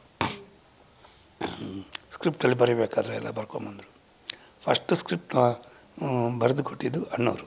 ಕೈ ಕುಂಕುಮ ಇದರಲ್ಲಿ ಓಂ ಬರೆದದ್ದು ಬೆರಳಲ್ಲಿ ಬರೆದಿದ್ದು, ಅದನ್ನೇ ದೊಡ್ಡದಾಗಿ ಏನು ಪೋಸ್ಟ್ ಮಾಡಿದಾಲೆ, ಅದು ಅಣ್ಣವ್ರದ್ದು ಬೆರಳದು. ಆ ಸ್ಕ್ರಿಪ್ಟಲ್ಲಿ ಹಾಂ ಹೌದು, ಅದೇ ಸ್ಕ್ರಿಪ್ಟಲ್ಲಿ ಇರೋದು. ಇವತ್ತು ಇರಬೇಕು ಉಪೇಂದ್ರ ಅವರು ಮನೇಲಿ ಅದು. ಆ ಸ್ಕ್ರಿಪ್ಟಲ್ಲಿ ನಮ್ಮ ಹೆಸರು ರಾಯ್ ಅಂತಲೇ ಅದನ್ನ ಕೂತ್ಕೊಂಡು ಮಾಡಿದ್ದಾರೆ. ಡೈಲಾಗ್ ಬರೆಯೋರು ಅವರು ತುಂಬ ಬುದ್ಧಿವಂತರು ಅವರು. ಅದು ಶಿವಣ್ಣ ರಾಯ್ ರಾಯ್ ರಾಯ್ ಸೆಟ್ಟಲ್ಲಿ ಯಾವ ಕರೀದೆ ರಾಯ್ ಅಂತೇಳಿ ಸೆಟ್ಟಲ್ಲಾಗಿ ಸ್ಪಿಟ್ ಆಗೋಯ್ತು. ಹಾಂ, ಹರೀಶ್ ರಾಯ್ ಅಂತ. ಅದಾದಮೇಲೆ ನನಗೆ ಗೊತ್ತಿಲ್ಲ ಮುತ್ತಪ್ಪ ರೈ ಅವರು ಏನು. ಬಟ್ ಒಂದು ಪರಿಸ್ಥಿತಿ 2003 ನಾನು ಒಳ್ಳೆ ಇಂಡಸ್ಟ್ರಿ ಬ್ಯುಸಿ ಇದ್ದೆ. ಒಂದು ಯಾವುದೋ ಒಂದು ಕೇಸ್ ಉಡುಪಿಯಲ್ಲಿ ತಗಲಾಕೊಂಡಿದ್ದೆ. ಅದು ಜೀವಾವಧಿ ಶಿಕ್ಷೆ ಆಗೋಯ್ತು ನನಗೆ. ಅಲ್ಲಿ ಮುತ್ತಪ್ಪ ಅಣ್ಣ ಜೈಲಲ್ಲಿದ್ದರು. ಅಲ್ಲಿ ತಂದು ನನ್ನನ್ನು ಹಾಕಿದ್ದು ಸೆಂಟ್ರಲ್ ಜೈಲಲ್ಲಿ. ಯಾಕಂದರೆ ಈ ಶಿಕ್ಷೆ ಆದವರಿಗೆ ನಾನು ಉಡುಪಿಯಲ್ಲಿ ಇಟ್ಕೊಳ್ಳೋದಿಲ್ಲ, ಉಡುಪಿ ಕೋರ್ಟು. ಅಲ್ಲಿಂದ ಜೀವಾವಧಿ ಆಯಿತು, ತಂದು ಇಲ್ಲಿ ಬಿಟ್ಟರು. ಇಲ್ಲಿ ಮುತ್ತಪ್ಪಣ್ಣ ಇದ್ದಿದ್ದು ಅವ್ರಿಗೆ ಸ್ವಲ್ಪ ಇದಾಗೋಯ್ತು, ಬೇಜಾರಾಗೋಯ್ತು. ಅವರು ಅಂದರೆ ಎಷ್ಟು ಅವ್ರಿಗೂ ಬ್ರಿಲಿಯಂಟ್ ಅಂದರೆ ನನ್ನ ಕೇಸ್ ಏನೆಲ್ಲ ಚೆಕ್ ಮಾಡ್ತಾರೆ, ಮಾಡಿಸಿದ್ರು ಇವರ ಲಾಯರ್ಸ್ರು ಏನು ಗೊತ್ತಾಗೋಯ್ತು. ಯಾವುದೋ ಲಾಟ್ಪುಟ್ ಕೇಸಿಗೆ ಬಂದು ಸೇರ್ಕೊಂಡ್ಬಿಟ್ರಲ್ಲ ಮಾರ್ರೆ ನೀವು, ನನ್ನ ಹೆಸರಲ್ಲಿ ಆ್ಯಕ್ಟ್ ಮಾಡಿ ನೀವು ಹೇಗಿರಬೇಕು. ನಾನು ನೆಗ್ಲೆಕ್ಟ್ ಮಾಡಿದರೆ ಗೊತ್ತಾಯಿತು. ಆಮೇಲೆ ಅವರು ಬೇರೆ ಲಾಯರ್ಗೆಲ್ಲ ಪ್ಲ್ಯಾನ್ ಮಾಡಿ ಒಳ್ಳೆ ಲಾಯರ್ನ ರೆಡಿ ಮಾಡಿ ಎಷ್ಟು ನನ್ನ ಕೇಸ್ ವೀಕ್ನೆಸ್ ಎಲ್ಲ ತೋರಿಸ್ಬಿಟ್ರು ಹೈಕೋರ್ಟವರು ಬಿಟ್ಟರು ನನ್ನ. ಹಾಂ ಮಾಡಿದ್ದಾರೆ. ಅವರು ಹೇಳಿದ್ರಲ್ಲ ನನಗೆ ತುಂಬ ಎಲ್ಲರೂ ದೇವ್ರ ಥರ ಬಂದಿದ್ದು ಇದಕ್ಕೆ. ಮುದ್ದಪ್ಪಣ್ಣ ಆವಾಗ ಒಂದು, ಯಾಕಂದರೆ ಯಾರು ಕೂಡ ಇಲ್ಲಿದ್ದವರು ಜೈಲು ಒಳಗಿದ್ದವ್ರನ್ನ ಸಹಾಯ ಮಾಡೋಕ್ಕೆ ಸಾಧ್ಯ ಇಲ್ಲ. ಸಹಾಯ ಮಾಡ್ತಿದ್ರು ಜೈಲಲ್ಲೇ ಒಳಗಿದ್ದವರು ಮಾಡಬೇಕು. ನಾನೊಬ್ಬ ಕಲಾವಿದ ಆಗಿತ್ತು. ಅಲ್ಲಿ ಮುತ್ತಪ್ಪಣ್ಣ ನಿಂತ ಮೇಲೆ ನಾನು ಒಂದು 9 ತಿಂಗಳು 10 ದಿನ ಇರ್ಬೋದು ಹೊರಗೆ ಬಂದೆ. ಆವತ್ತಿಂದ ತುಂಬ ಸೈಲೆಂಟ್ ಆದೆ ನಾನು. ಬೇಡ, ಗೆದ್ದೆ ನನ್ನ ಜೀವನದಲ್ಲಿ. ಯಾವತ್ತು ಅಲ್ಲಿ ಗೆದ್ದೆ. ಗೊತ್ತಿತ್ತು ನಾನು ಇನ್ನೋಸೆಂಟ್ ಅಂತೇಳಿ. ಬಟ್ ಇನ್ನೋಸೆಂಟ್ಗಳೂ ತುಂಬ ಜನ ಜೈಲಾದವರು ಇದ್ದಾರೆ, ಸತ್ತವರು ಇದ್ದಾರೆ. ಬಟ್ ದೇವ್ರೇನು ಹೇಳ್ತಾನೆ, ದೇವರು ಪೇಷನ್ಸಲ್ಲಿ ಇರಬೇಕು, ತಾಳ್ಮೆ ಮುಖ್ಯ. ನನಗೂ ಅನಿಸಿತ್ತು ಜೈಲಲ್ಲಿ ಇಷ್ಟು ತಪ್ಪು ಇಲ್ಲದೆ ನಾನು ಈ ಥರ ಇಲ್ಲಿ 15 ವರ್ಷ ಮೇಲೆ ಸಾಯಬೇಕು, ಡೈಲಿ ಸಾಯಬೇಕು. ಒಮ್ಮೆ ಸಾಯುವಂತಲೂ ಇದ್ದೆ. ಆವಾಗ ದೇವ್ರದ್ದೊಂದು ಒಳಗಿನ ಹೃದಯದಲ್ಲಿದ್ದಾನೆ, ಮನಸ್ಸು ಮಾಡಬೇಡ ಆ ಥರ, ಹೋರಾಟ ಮಾಡು, ಗೆಲುವು ಸಿಗೋದು ಬಿಡೋದು ಆಮೇಲೆ, ಫಸ್ಟ್ ಹೋರಾಡು. ಈಗ ಯಾರ ಹಣೆಯಲ್ಲಿ ಕೆಟ್ಟದ್ದು ಬರ್ತಿದೆ ಅವನನ್ನು ಸೃಷ್ಟಿ ಬಲಿ ತೊಗೊಂಡ್ಬಿಡ್ತು. ಅವರಿಗೆ ಬದುಕುವ ಅರ್ಹತೆ ಇಲ್ಲ ಅಂಥೇಳಿ. ನಿನ್ನನ್ನು ಬಲಿ ತೊಗೊಂಡಿಲ್ಲ ಅಂದರೆ, ನಿನ್ನಲ್ಲಿ ತಪ್ಪಿರ್ತಿದ್ರೆ ನಾವು ನಿನಗೆ ನಿಮ್ಮ ಕೋರ್ಟು, ನನ್ನ ಕೋರ್ಟಲ್ಲಿ ನಿನಗೆ ಶಿಕ್ಷೆ ಆಗಿಲ್ಲ, ನೀವು ಮಾಡ್ಕೊಂಡ ಕೋರ್ಟ್ ಇದು, ನೀವುಗಳೇ ಗೆಲ್ಲಬೇಕು, ನೀವುಗಳೇನೋ ಹೋರಾಡು. ನಿಮ್ಮ ಇದು ನನ್ನ ಕೋರ್ಟಲ್ಲಿ ಯಾರಿಗೆ ಶಿಕ್ಷೆ ಆಯಿತು? ಮುಂದ್ಗಡೆ ಇದ್ದವನಿಗೆ. ನನ್ನ ಪರವಾಗಿ ಸತ್ತಂತೇಳಿ, ನನ್ನ ಪರವಾಗಿ ಸತ್ತದಲ್ಲ, ಸಾಯಿಸಿದ್ದು ಬೇರೆಯವರು. ಹೀಗೆ ಹೋಗ್ಬಿಟ್ಟು ಬೈದು ಬಂದುಬಿಟ್ರೆ ಒಂದು 2-3 ತಿಂಗಳು ಬಿಟ್ಟು ಯಾರೋ. ಅದಕ್ಕೆ ಕೆಲವರಿಗೆ ಬಯಬಾರ್ದು, ಹೋಗಬಾರ್ದು. ಅವ್ರ ಜೊತೆಗಿರ್ತಾರೆ ಅವ್ರ ದುಶ್ಮನಗಳು. ನನ್ನ ಕೇಸ್ ನಮ್ಮ ಮೇಲೆ ಹಾಕ್ಬಿಡು, ಅವರನ್ನು ಮುಗಿಸ್ಬಿಟ್ಟು ಮಾಡ್ತಾರೆ. ಈಗ ಅಂದಾಜು ನಿಮ್ಮ ಟ್ರೀಟ್ಮೆಂಟ್ಗೆ ಸದ್ಯಕ್ಕೆ ಖರ್ಚು ಎಷ್ಟಾಗಿದೆ ಸರ್? ಏನಾದರೂ ಲೆಕ್ಕಾಚಾರ ಇಟ್ಟಿದ್ದೀರಾ? ಗೊತ್ತಿಲ್ಲ ರೀ. ಇಂದುವರೆಗೂ ಎಷ್ಟು ಖರ್ಚಾಗಿದೆ? ಇಲ್ಲ, ಕೊಡ್ತಾ ಇರಬೇಕು, ಬರ್ತಾ ಇರಬೇಕು, ತಿನ್ನೋದಕ್ಕೆ ಲೆಕ್ಕ ಹಾಕಬಾರ್ದು ಇದಕ್ಕೆ. ಆಮೇಲೆ ನನಗೆ ಇವರೆಲ್ಲ ಮಾಡಿದಿತ್ತಲ್ಲ ಜನ, ಅವ್ರು ಮಾಡಿದೆ ನನಗೆ, ನನ್ನ ಆರೋಗ್ಯಕ್ಕೆ. ಏನು ಲೆಕ್ಕ ಹಾಕಿ ಬದುಕುವುದು? ಇನ್ನು ಮುಂದೆ ಎಷ್ಟು ಆಗುತ್ತೆ ಅನ್ನೋಂಥದ್ದು ನಿಮಗೆ ಐಡಿಯಾ ಇಲ್ಲ? ಈಗ ಅದೇ ಪ್ರಾಬ್ಲಮ್. ಅದನ್ನು ಹೇಳಿದಲ್ಲ ನಾನು ಇವತ್ತು. ಎಲ್ಲರ ಹತ್ರ ನಾನು ಏನಕ್ಕೆ ಚಿತ್ರರಂಗದಲ್ಲಿ ಇದು ಮುಂದೆ ಗೊತ್ತಿಲ್ಲ. ನಾನು ಒಬ್ಬರ ಮೇಲೆ ಇದು ತಲೆ ಮೇಲೆ ಹಾಕಿದರೆ ಇಷ್ಟು ಆಗುತ್ತೆ ನನಗೆ ಗೊತ್ತಿಲ್ಲ. ನಾಳೆ ಮತ್ತಿರಬೇಕು ಅಂತ ನಾನು ಏನು ಮಾಡೋದು? ಆವಾಗ ಆ ನಾಯಕ ನಟರನ್ನು ಕಳ್ಕೊಬೇಕಾಗುತ್ತೆ. ಹೇಳಿದ್ದಾರೆ ಅದೇ, ಬಟ್ ಇಲ್ಲ, ಇದು ಕರೆಕ್ಟಾಗಿ ಹೇಳಿದ್ದಾರೆ. 17ರಿಂದ 20 ಲಾಸ್ಟ್ ತೊಗೊಂಡಿದ್ದು ಲೀಸ್ಟಲ್ಲಿದೆ. ಅದು ಹೆಂಗೆ ಕೊಡ್ತಾರೆ ಇಂಜೆಕ್ಷನ್ ಅಂತಂದರೆ, ಬೇರೆಯವ್ರು ತೊಗೊಂಡಿದ್ದಾರಲ್ಲ ಲೆಕ್ಕ ಹಾಕ್ತಾರೆ, ಅವ್ರಿಗೆ ಹೆಂಗೆ ಗುಣ ಆಗಿದ್ದಾರೆ ಅದು ಇರ್ತದೆ, ಹಿಸ್ಟ್ರಿ ಇರ್ತದೆ. ಈಗ ಸಂಜೀವ್ ಬಾಬಾ ತೊಗೊಂಡಿದ್ರು ಅವ್ರು ಎಷ್ಟೇ ಗುಣ ಆಗಿದ್ದಾರೆ ಹಿಸ್ಟ್ರಿ ಇದೆ. ಆ ಡಾಕ್ಟ್ರು ಎಲ್ಲ ಇದನ್ನು ಹಾಕಿರ್ತಾರೆ. ಈಗ ಸ್ಟಾರ್ಟ್ ಮಾಡಿದ್ದು ಇಷ್ಟು ವರ್ಷಕ್ಕೆ ನಿಂತಿದೆ ಇಂಜೆಕ್ಷನ್. ಆಮೇಲೆ ಇವಾಗ ನಿಂತು 2 ವರ್ಷ 1.5 ವರ್ಷ ಆಗಿದೆ, ಮತ್ತೆ ಬಂದಿಲ್ಲ. ಅವ್ರು ಡಾಕ್ಟರ್ಸ್ಗಳಿಗೆ ಮೇಯ್ನ್ ಅಂದರೆ ಕೊಟ್ಟ ಮೇಲೆ ಮತ್ತೆ ನಿಂತು 6 ತಿಂಗಳ ಮೇಲೆ ಮತ್ತೆ ರಿಯಾಕ್ಟ್ ಆಗ್ತದೆ. ಚಿಕ್ಕ ಕಣ ಎಲ್ಲಾದರೂ ಇದ್ದರೆ ಅವುಗಳು ಮತ್ತೆ ರಿಯಾಕ್ಟ್ ಆಗೋ ಚಾನ್ಸಸ್ ಇರ್ತದೆ. ಇಲ್ಲ ಈಗ ಚೆನ್ನಾಗಿದ್ದಾರೆ. ಸೊ ಅದರಿಂದ ಇಷ್ಟ ಆಗುತ್ತೆ. ಜೊತೆಗೆ ನಿಮ್ಮದು ಅದು ಖರ್ಚು ಇರ್ತದೆ, ಅದು ಬೇರೆ. ಸೊ ಅದರಿಂದಾಗಿ ನಾನು ಸಡನ್ನಾಗಿ ಹೇಗೆ, ಆಮೇಲೆ ಗೊತ್ತಿಲ್ಲ ನನಗೆ ಅದು ರಿಯಾಕ್ಷನ್ಸ್ ಎಲ್ಲ ಇರ್ತದೆ, ನೋವು ಇನ್ನೂ ಅನುಭವಿಸ್ಲಿಕ್ಕೆ ಇದೆ. ಸರ್, ಕಲಾವಿದರಿಗೆ ಸಾವಿಲ್ಲ, ಹಾಗೆ ನಿಮ್ಮ ಅಭಿನಯ ಇರ್ಬೋದು ಎಲ್ರಿಗೂ ಸ್ಫೂರ್ತಿ. ಇನ್ನು ಮುಂದಿನ ಪೀಳಿಗೆ ಯಾರೇ ಬಂದ್ರೂ ಇಂಡಸ್ಟ್ರಿ ಕಾಲಿಟ್ರು ನನಗೆ ನಿಮ್ಮ ಕಡೆಯಿಂದ ನಿಮ್ಮ ಅಭಿಮಾನಿಗಳು ತುಂಬ ಇಷ್ಟಪಡ್ತಿರ್ತಾರೆ. ಡೈಲಾಗ್ ಯಾವುದಾದ್ರೂ ಹೇಳಬಹುದಾ ನೀವು, ನೆನಪಿರುವಂಥದ್ದು? ಈಗ ನನಗೆ ಒಂದು KGF ಡೈಲಾಗ್ ಅದು ಹೇಳೋದು, ಯಾವ ತಾಯಿ ವಾಯ್ಸ್ ಬಿದ್ದೋತಿಲ್ಲ, ಒಳ್ಳೆ ನನಗೆ ಅದು ತುಂಬ ಇಷ್ಟ. ಅದು ಆ ಸೀನ್ ನೀವೇ ತೋರಿಸಿ, ಯಾಕಂದರೆ ಕಣ್ಣಲ್ಲಿ ಫೀಲ್ ಮಾಡ್ತಾನೆ ಆ ಯಾವ ತಾಯಿ ಹೆತ್ತ ಮಗನೋ ಅವನು. ಆಮೇಲೆ ಫಕೀರ್ ಹಿಂಗೆ ಅಂತಾರೆ, ಜಿದ್ದಿ ಅಲ್ಲೊಂದು ಗ್ಯಾಪು. ಆ ಫೀಲಲ್ಲಿ ಅವ್ರು ನಂಗೆ ಹೇಳಿಸಿದ್ರು. ಅವ್ರದ್ದು ಬೇರೆ ಪ್ಲ್ಯಾನಿಂಗ್ ಇತ್ತು ಡೈರೆಕ್ಟ್ರದ್ದು. ತುಂಬ ನನಗೆ ಇಷ್ಟ ಆದದ್ದು ಅದೊಂದು ಸೀನ್ ಈಗ ಸದ್ಯದಲ್ಲಿ ಇತ್ತು. ಓಮಿದು ಒಂದು ಓಮಿದ್ದಿದೆ. ಆಮೇಲೆ ಅದೇ ಹೇಳಿದಲ್ಲ, ಈಗ ಇದನ್ನು ಹೇಳಿದಲ್ಲ ನನ್ನ ಓಮ್ದು ಅದೇ ನೆನಪಿಲ್ಲ. ಇಲ್ಲ, ಓಮಲ್ಲಿ ಡೈಲಾಗ್ ಕಮ್ಮಿ, ರಿಯಾಕ್ಷನ್ಸ್ ಜಾಸ್ತಿ. ಅದು ಅದೇ ಈಗ ಮರ್ತೋಗಿದೆ. ನನಗೆ ನೋಡಿದಾಗೆಲ್ಲ ಖುಷಿ. ಅದನ್ನು ಡೆಡ್ಲಿ ಸೋಮ, ಅದನ್ನು ಪರ್ಫಾರ್ಮೆನ್ಸ್ ಫಿಲ್ಮ್, ಹೇರೆಲ್ಲ ಕಟ್ ಮಾಡಿಸಿ. ರವಿ ಶ್ರೀವಾಸ ಕೂಡ ನನಗೆ ಹೇಳ್ದಲ್ಲ, ನನ್ನನ್ನು ಬೆಳೆಸಿದವರು ಕನ್ನಡ ಚಿತ್ರರಂಗದ ನಿರ್ದೇಶಕರು. ನಾನು ಯಾವತ್ತೂ ನನಗೆ ಏನು ಗೊತ್ತಿಲ್ಲ, ಈಗಲೂ ನಂಗೆ ಗೊತ್ತಾಗೋದಿಲ್ಲ. ನನಗೆ ಅಲ್ಲಿ ಮೋಲ್ಡ್ ಮಾಡಿಬಿಟ್ರೆ ನಾನು ಸ್ಟಾರ್ಟ್ ಆಗೋದು ಆ್ಯಕ್ಟಿಂಗ್. ಇಲ್ಲಾರ ನಾರ್ಮಲ್ ಆಗ್ತೀನಿ ನಾನು. ಈಗ KGF ಪ್ರಶಾಂತ್ ನಿಲ್ಲು ಕಂಪ್ಲೀಟ್ ನನ್ನನ್ನು. ಓಮಲ್ಲೂ ಹಾಗೆ, ಓಮಲ್ಲಂತೂ ಬಿಡಿ ಕ್ಯಾಮ್ರಾ ಸೌಂಡ್ ಬರ್ತಾಯಿತ್ತು ಆವಾಗ, ಅಂತೇಳಿ ಬಂದರೆ ನಾನು ಆ್ಯಕ್ಟೇ ಮಾಡೋದಿಲ್ಲ. ನಂಗೆ ಅದು ಸೌಂಡು ಸ್ಟಾರ್ಟ್ ಕ್ಯಾಮರಾ ಟಕ್ ಅಂತ ಹೊಡಿತು ಮುಖದ ಮೇಲೆ, ಕ್ಲ್ಯಾಪ್ ಹೊಡೆದ್ಬಿಟ್ರೆ ಡೈಲಾಗ್ ಕಟ್ ಮೈಂಡಿದ ಹಾರೋಗ್ಬಿಡ್ತದೆ. ನಿಮ್ಮ ಪಾತ್ರದ ಡೈಲಾಗ್ ಹೊರತುಪಡಿಸಿ ನೀವೇನಾದರೂ ಬೇರೆ ಆ್ಯಕ್ಟರ್ ಪಾತ್ರದ ಡೈಲಾಗ್ಗಳನ್ನು ಹೇಳಿದ್ದು ಉಂಟಾ? ಅಂದರೆ ನೀವು ಇಷ್ಟಪಟ್ಟು ಇಲ್ಲ ನಾನು ಹೇಳಬೇಕಂತ ಪ್ರಾಕ್ಟೀಸ್ ಮಾಡಿದ್ದು ಉಂಟಾ ಸರ್? ತುಂಬ ಇದೆ, ಈಗೆಲ್ಲ ಮರ್ತೋಗಿದ್ದೆ. ನನಗೆ ವಜ್ರಮುನಿಯವ್ರದ್ದು ಇದೆಲ್ಲ ಹಲ್ಲು ಕಚ್ಚಿದೊಂದು ಆಗೋದಿಲ್ಲ, ಕೂದಲು ನಿಂತ್ಕೊಬಿಡ್ತದೆ. ಅವರು ಹಲ್ಲು ಕಚ್ಚಿದ ಒಂದು ಸೌಂಡ್ ಕೊಡ್ತಾರೆ. ಈ ಥರ ಟೆಕ್ನಿಕಲಿ ಇರಲ್ಲ ಅವಾಗ, ರಿಯಲಾಗಿ ಕೊಡಬೇಕು. ರಾವಣಂದು ಆ್ಯಕ್ಟ್ ಮಾಡಿದಾರಲ್ಲ ಅದೊಂದು ಯಪ್ಪ. ಆಮೇಲೆ ನನಗೆ ಇನ್ನೊಂದು ಇಷ್ಟ ತೂಗುದೀಪ್ ಶ್ರೀನಿವಾಸ್ ಸರ್. ನನ್ನ ದರ್ಶನವರಿಗೆ ಒಂದು ರೀತಿ ಇಷ್ಟ. ನನಗೇನಂದರೆ ನಮ್ಮ ಭಾಷೆದ ಮಗ, ನಾನು ಇಷ್ಟಪಡೋದು ಅವ್ರನ್ನ. ಅವರು ಈ ಕೆನ್ನೆ ಅಲರ್ಸ್ತಾರೆ ಗಡ್ಗಡ್ ಅದು ಹಿಂಗಂದರೆ ಅದು ಶೇಕ್ ಆಗ್ತದೆ. ನಾನು ಅವ್ರ ಮನೆಗೆ ಹೋಗಿದ್ದೆ ಆವಾಗ, ಓಮ್ ಆದಮೇಲೆ ಸಮರ ಅಂತ ಮೈಸೂರು ಶೂಟಿಂಗ್. ಆವಾಗ ನನಗೆ ಆ್ಯಕ್ಚುಲಿ ಸಮರ ಫಿಲ್ಮ್ ಮಾಡಿಸಿದ್ದೆ ಶಿವಣ್ಣ. ನನಗೆ ಆ್ಯಕ್ಟಿಂಗ್ ಬರೋದಿಲ್ಲ ಅಂದೆ, ನಾನು ಇರ್ತೀನಿ ಜೊತೆಗೆ ಅಂತ ನಾನು ಕ್ಯಾರೆಕ್ಟರ್ ಮಾಡಿಸಿ ಶಿವಣ್ಣ ಸಪೋರ್ಟ್. ಆವಾಗ ಈಗಲೂ ಬೇರೆ ಹೀರೋಗಳು ವಿಲನ್ಗಳಿಗೆಲ್ಲ ನಾವು ಅವ್ರ ಜೊತೆ ಸೇರಿಕೊಂಡ್ರೆ ನಾವು ಸ್ವಲ್ಪ ನಾವು ದೂರ ಇದ್ವಿ.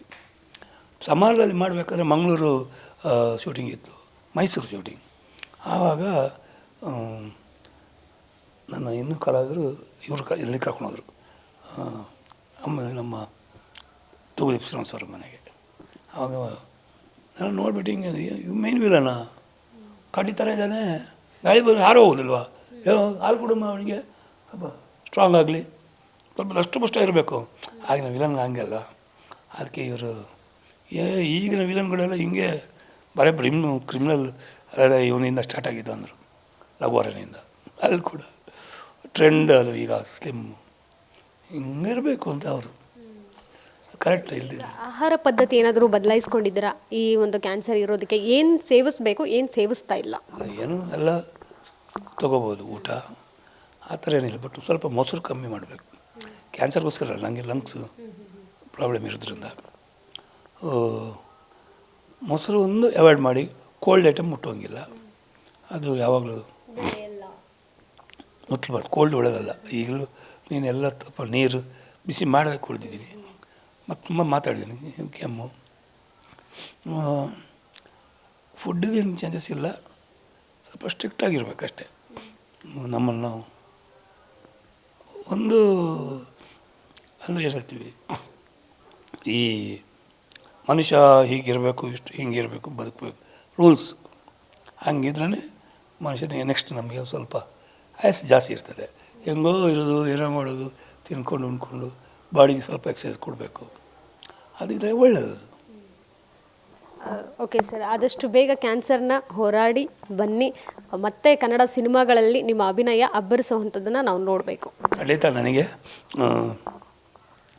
ಏನು, ನಾನು ಮೊನ್ನೆ ಎಲ್ರಿಗೂ ಹೇಳಿದ್ದೀನಿ, ನನ್ನ ಜೀವನದಲ್ಲಿ ಇರುವವರೆಗೆ ನಾನು ಬಣ್ಣ ಹಚ್ಚಬೇಕು.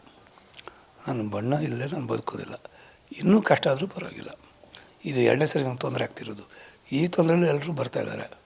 ನಾನು ಎಲ್ರಿಗೂ ಹೇಳಿದ್ದೇನೆ, ಕೆಲವು ಫೋನ್ ಮಾಡಿದೆ ಅಂದ್ರಲ್ಲ, ನನಗೆ ಈಗ ಸಪೋರ್ಟ್ ನಿಲ್ತಾ ಇದ್ದಾರೆ ಎಲ್ಲ. ಒಂದು ಕ್ಯಾರೆಕ್ಟರ್ ಕೊಡಿ, ಗೆದ್ದು ಬಂದರೆ ಅಂತ ಹೇಳಿದ್ದೀನಿ. ಅಣ್ಣ ಹಿಂದೆ ಹಾಗೆ ಮಾತಾಡಬೇಡಿ, ನಾನು ಮಾಡಿಸ್ತೀನಿ, ಬಿಟ್ಕೊಡೋದಿಲ್ಲ ನಿಮ್ಮನ್ನು. ನನಗೆ ಬಣ್ಣ ಹಚ್ಚ ಕೊಡಿ, ನನಗೆ ಅದು ಬೇಕು ರೀ. KGF 3ಗಾದರೂ ಬರ್ಬೇಕು ನೀವು. ಅದು ತುಂಬ ದೊಡ್ಡ ಆಸೆ. ಅದು ಅದು ಖಂಡಿತ ಇರುತ್ತೆ. ಅದು ನನಗೆ ಒಂದೊಂದು ನಂಬಿಕೆ. ಸಿಕ್ಕಿದರೆ ನಾನು ಮತ್ತೆ ಅಷ್ಟರಲ್ಲಿ ನಾನು ರೆಡಿ ಆಗಬೇಕು ಆರೋಗ್ಯದಲ್ಲಿ. ನೋಡುವ ಮುಂದೆ. ಥ್ಯಾಂಕ್ ಯು ಸರ್, ಇಷ್ಟೊತ್ತು ನಮ್ಮೊಟ್ಟಿಗೆ ಮಾತನಾಡಿದ್ದಕ್ಕೆ. ಸೊ ಇದಿಷ್ಟು ಎಲ್ಲರ ಸಪೋರ್ಟ್ ಇರಲಿ, ಆಶೀರ್ವಾದ ಇರಲಿ. ನಾನು ಮತ್ತೆ ಇದರಿಂದ ಏನು ಹೊರಗೆ ಬಂದು ಚಿತ್ರರಂಗದಲ್ಲಿ ಬಣ್ಣ ಹಚ್ಚೋಗಾಗಲಿ, ಜೊತೆಗೆ ನಿಮ್ಮ ಆಶೀರ್ವಾದ ಇರಲಿ ಅಂತ ಕೇಳ್ಕೊಳ್ತೀನಿ. ಸೊ ಇದಿಷ್ಟು ನಟ ಹರೀಶ್ ರಾಯ್ ಅವರ ಮಾತಾಗಿತ್ತು. ಕ್ಯಾಮರಾ ಪರ್ಸನ್ ಪೃಥ್ವಿ ಜೊತೆಗೆ Keerthi Patil, guarantee news, Bengaluru. Guarantee news, ಸುದ್ದಿ ಖಚಿತ, ನ್ಯಾಯ ನಿಶ್ಚಿತ.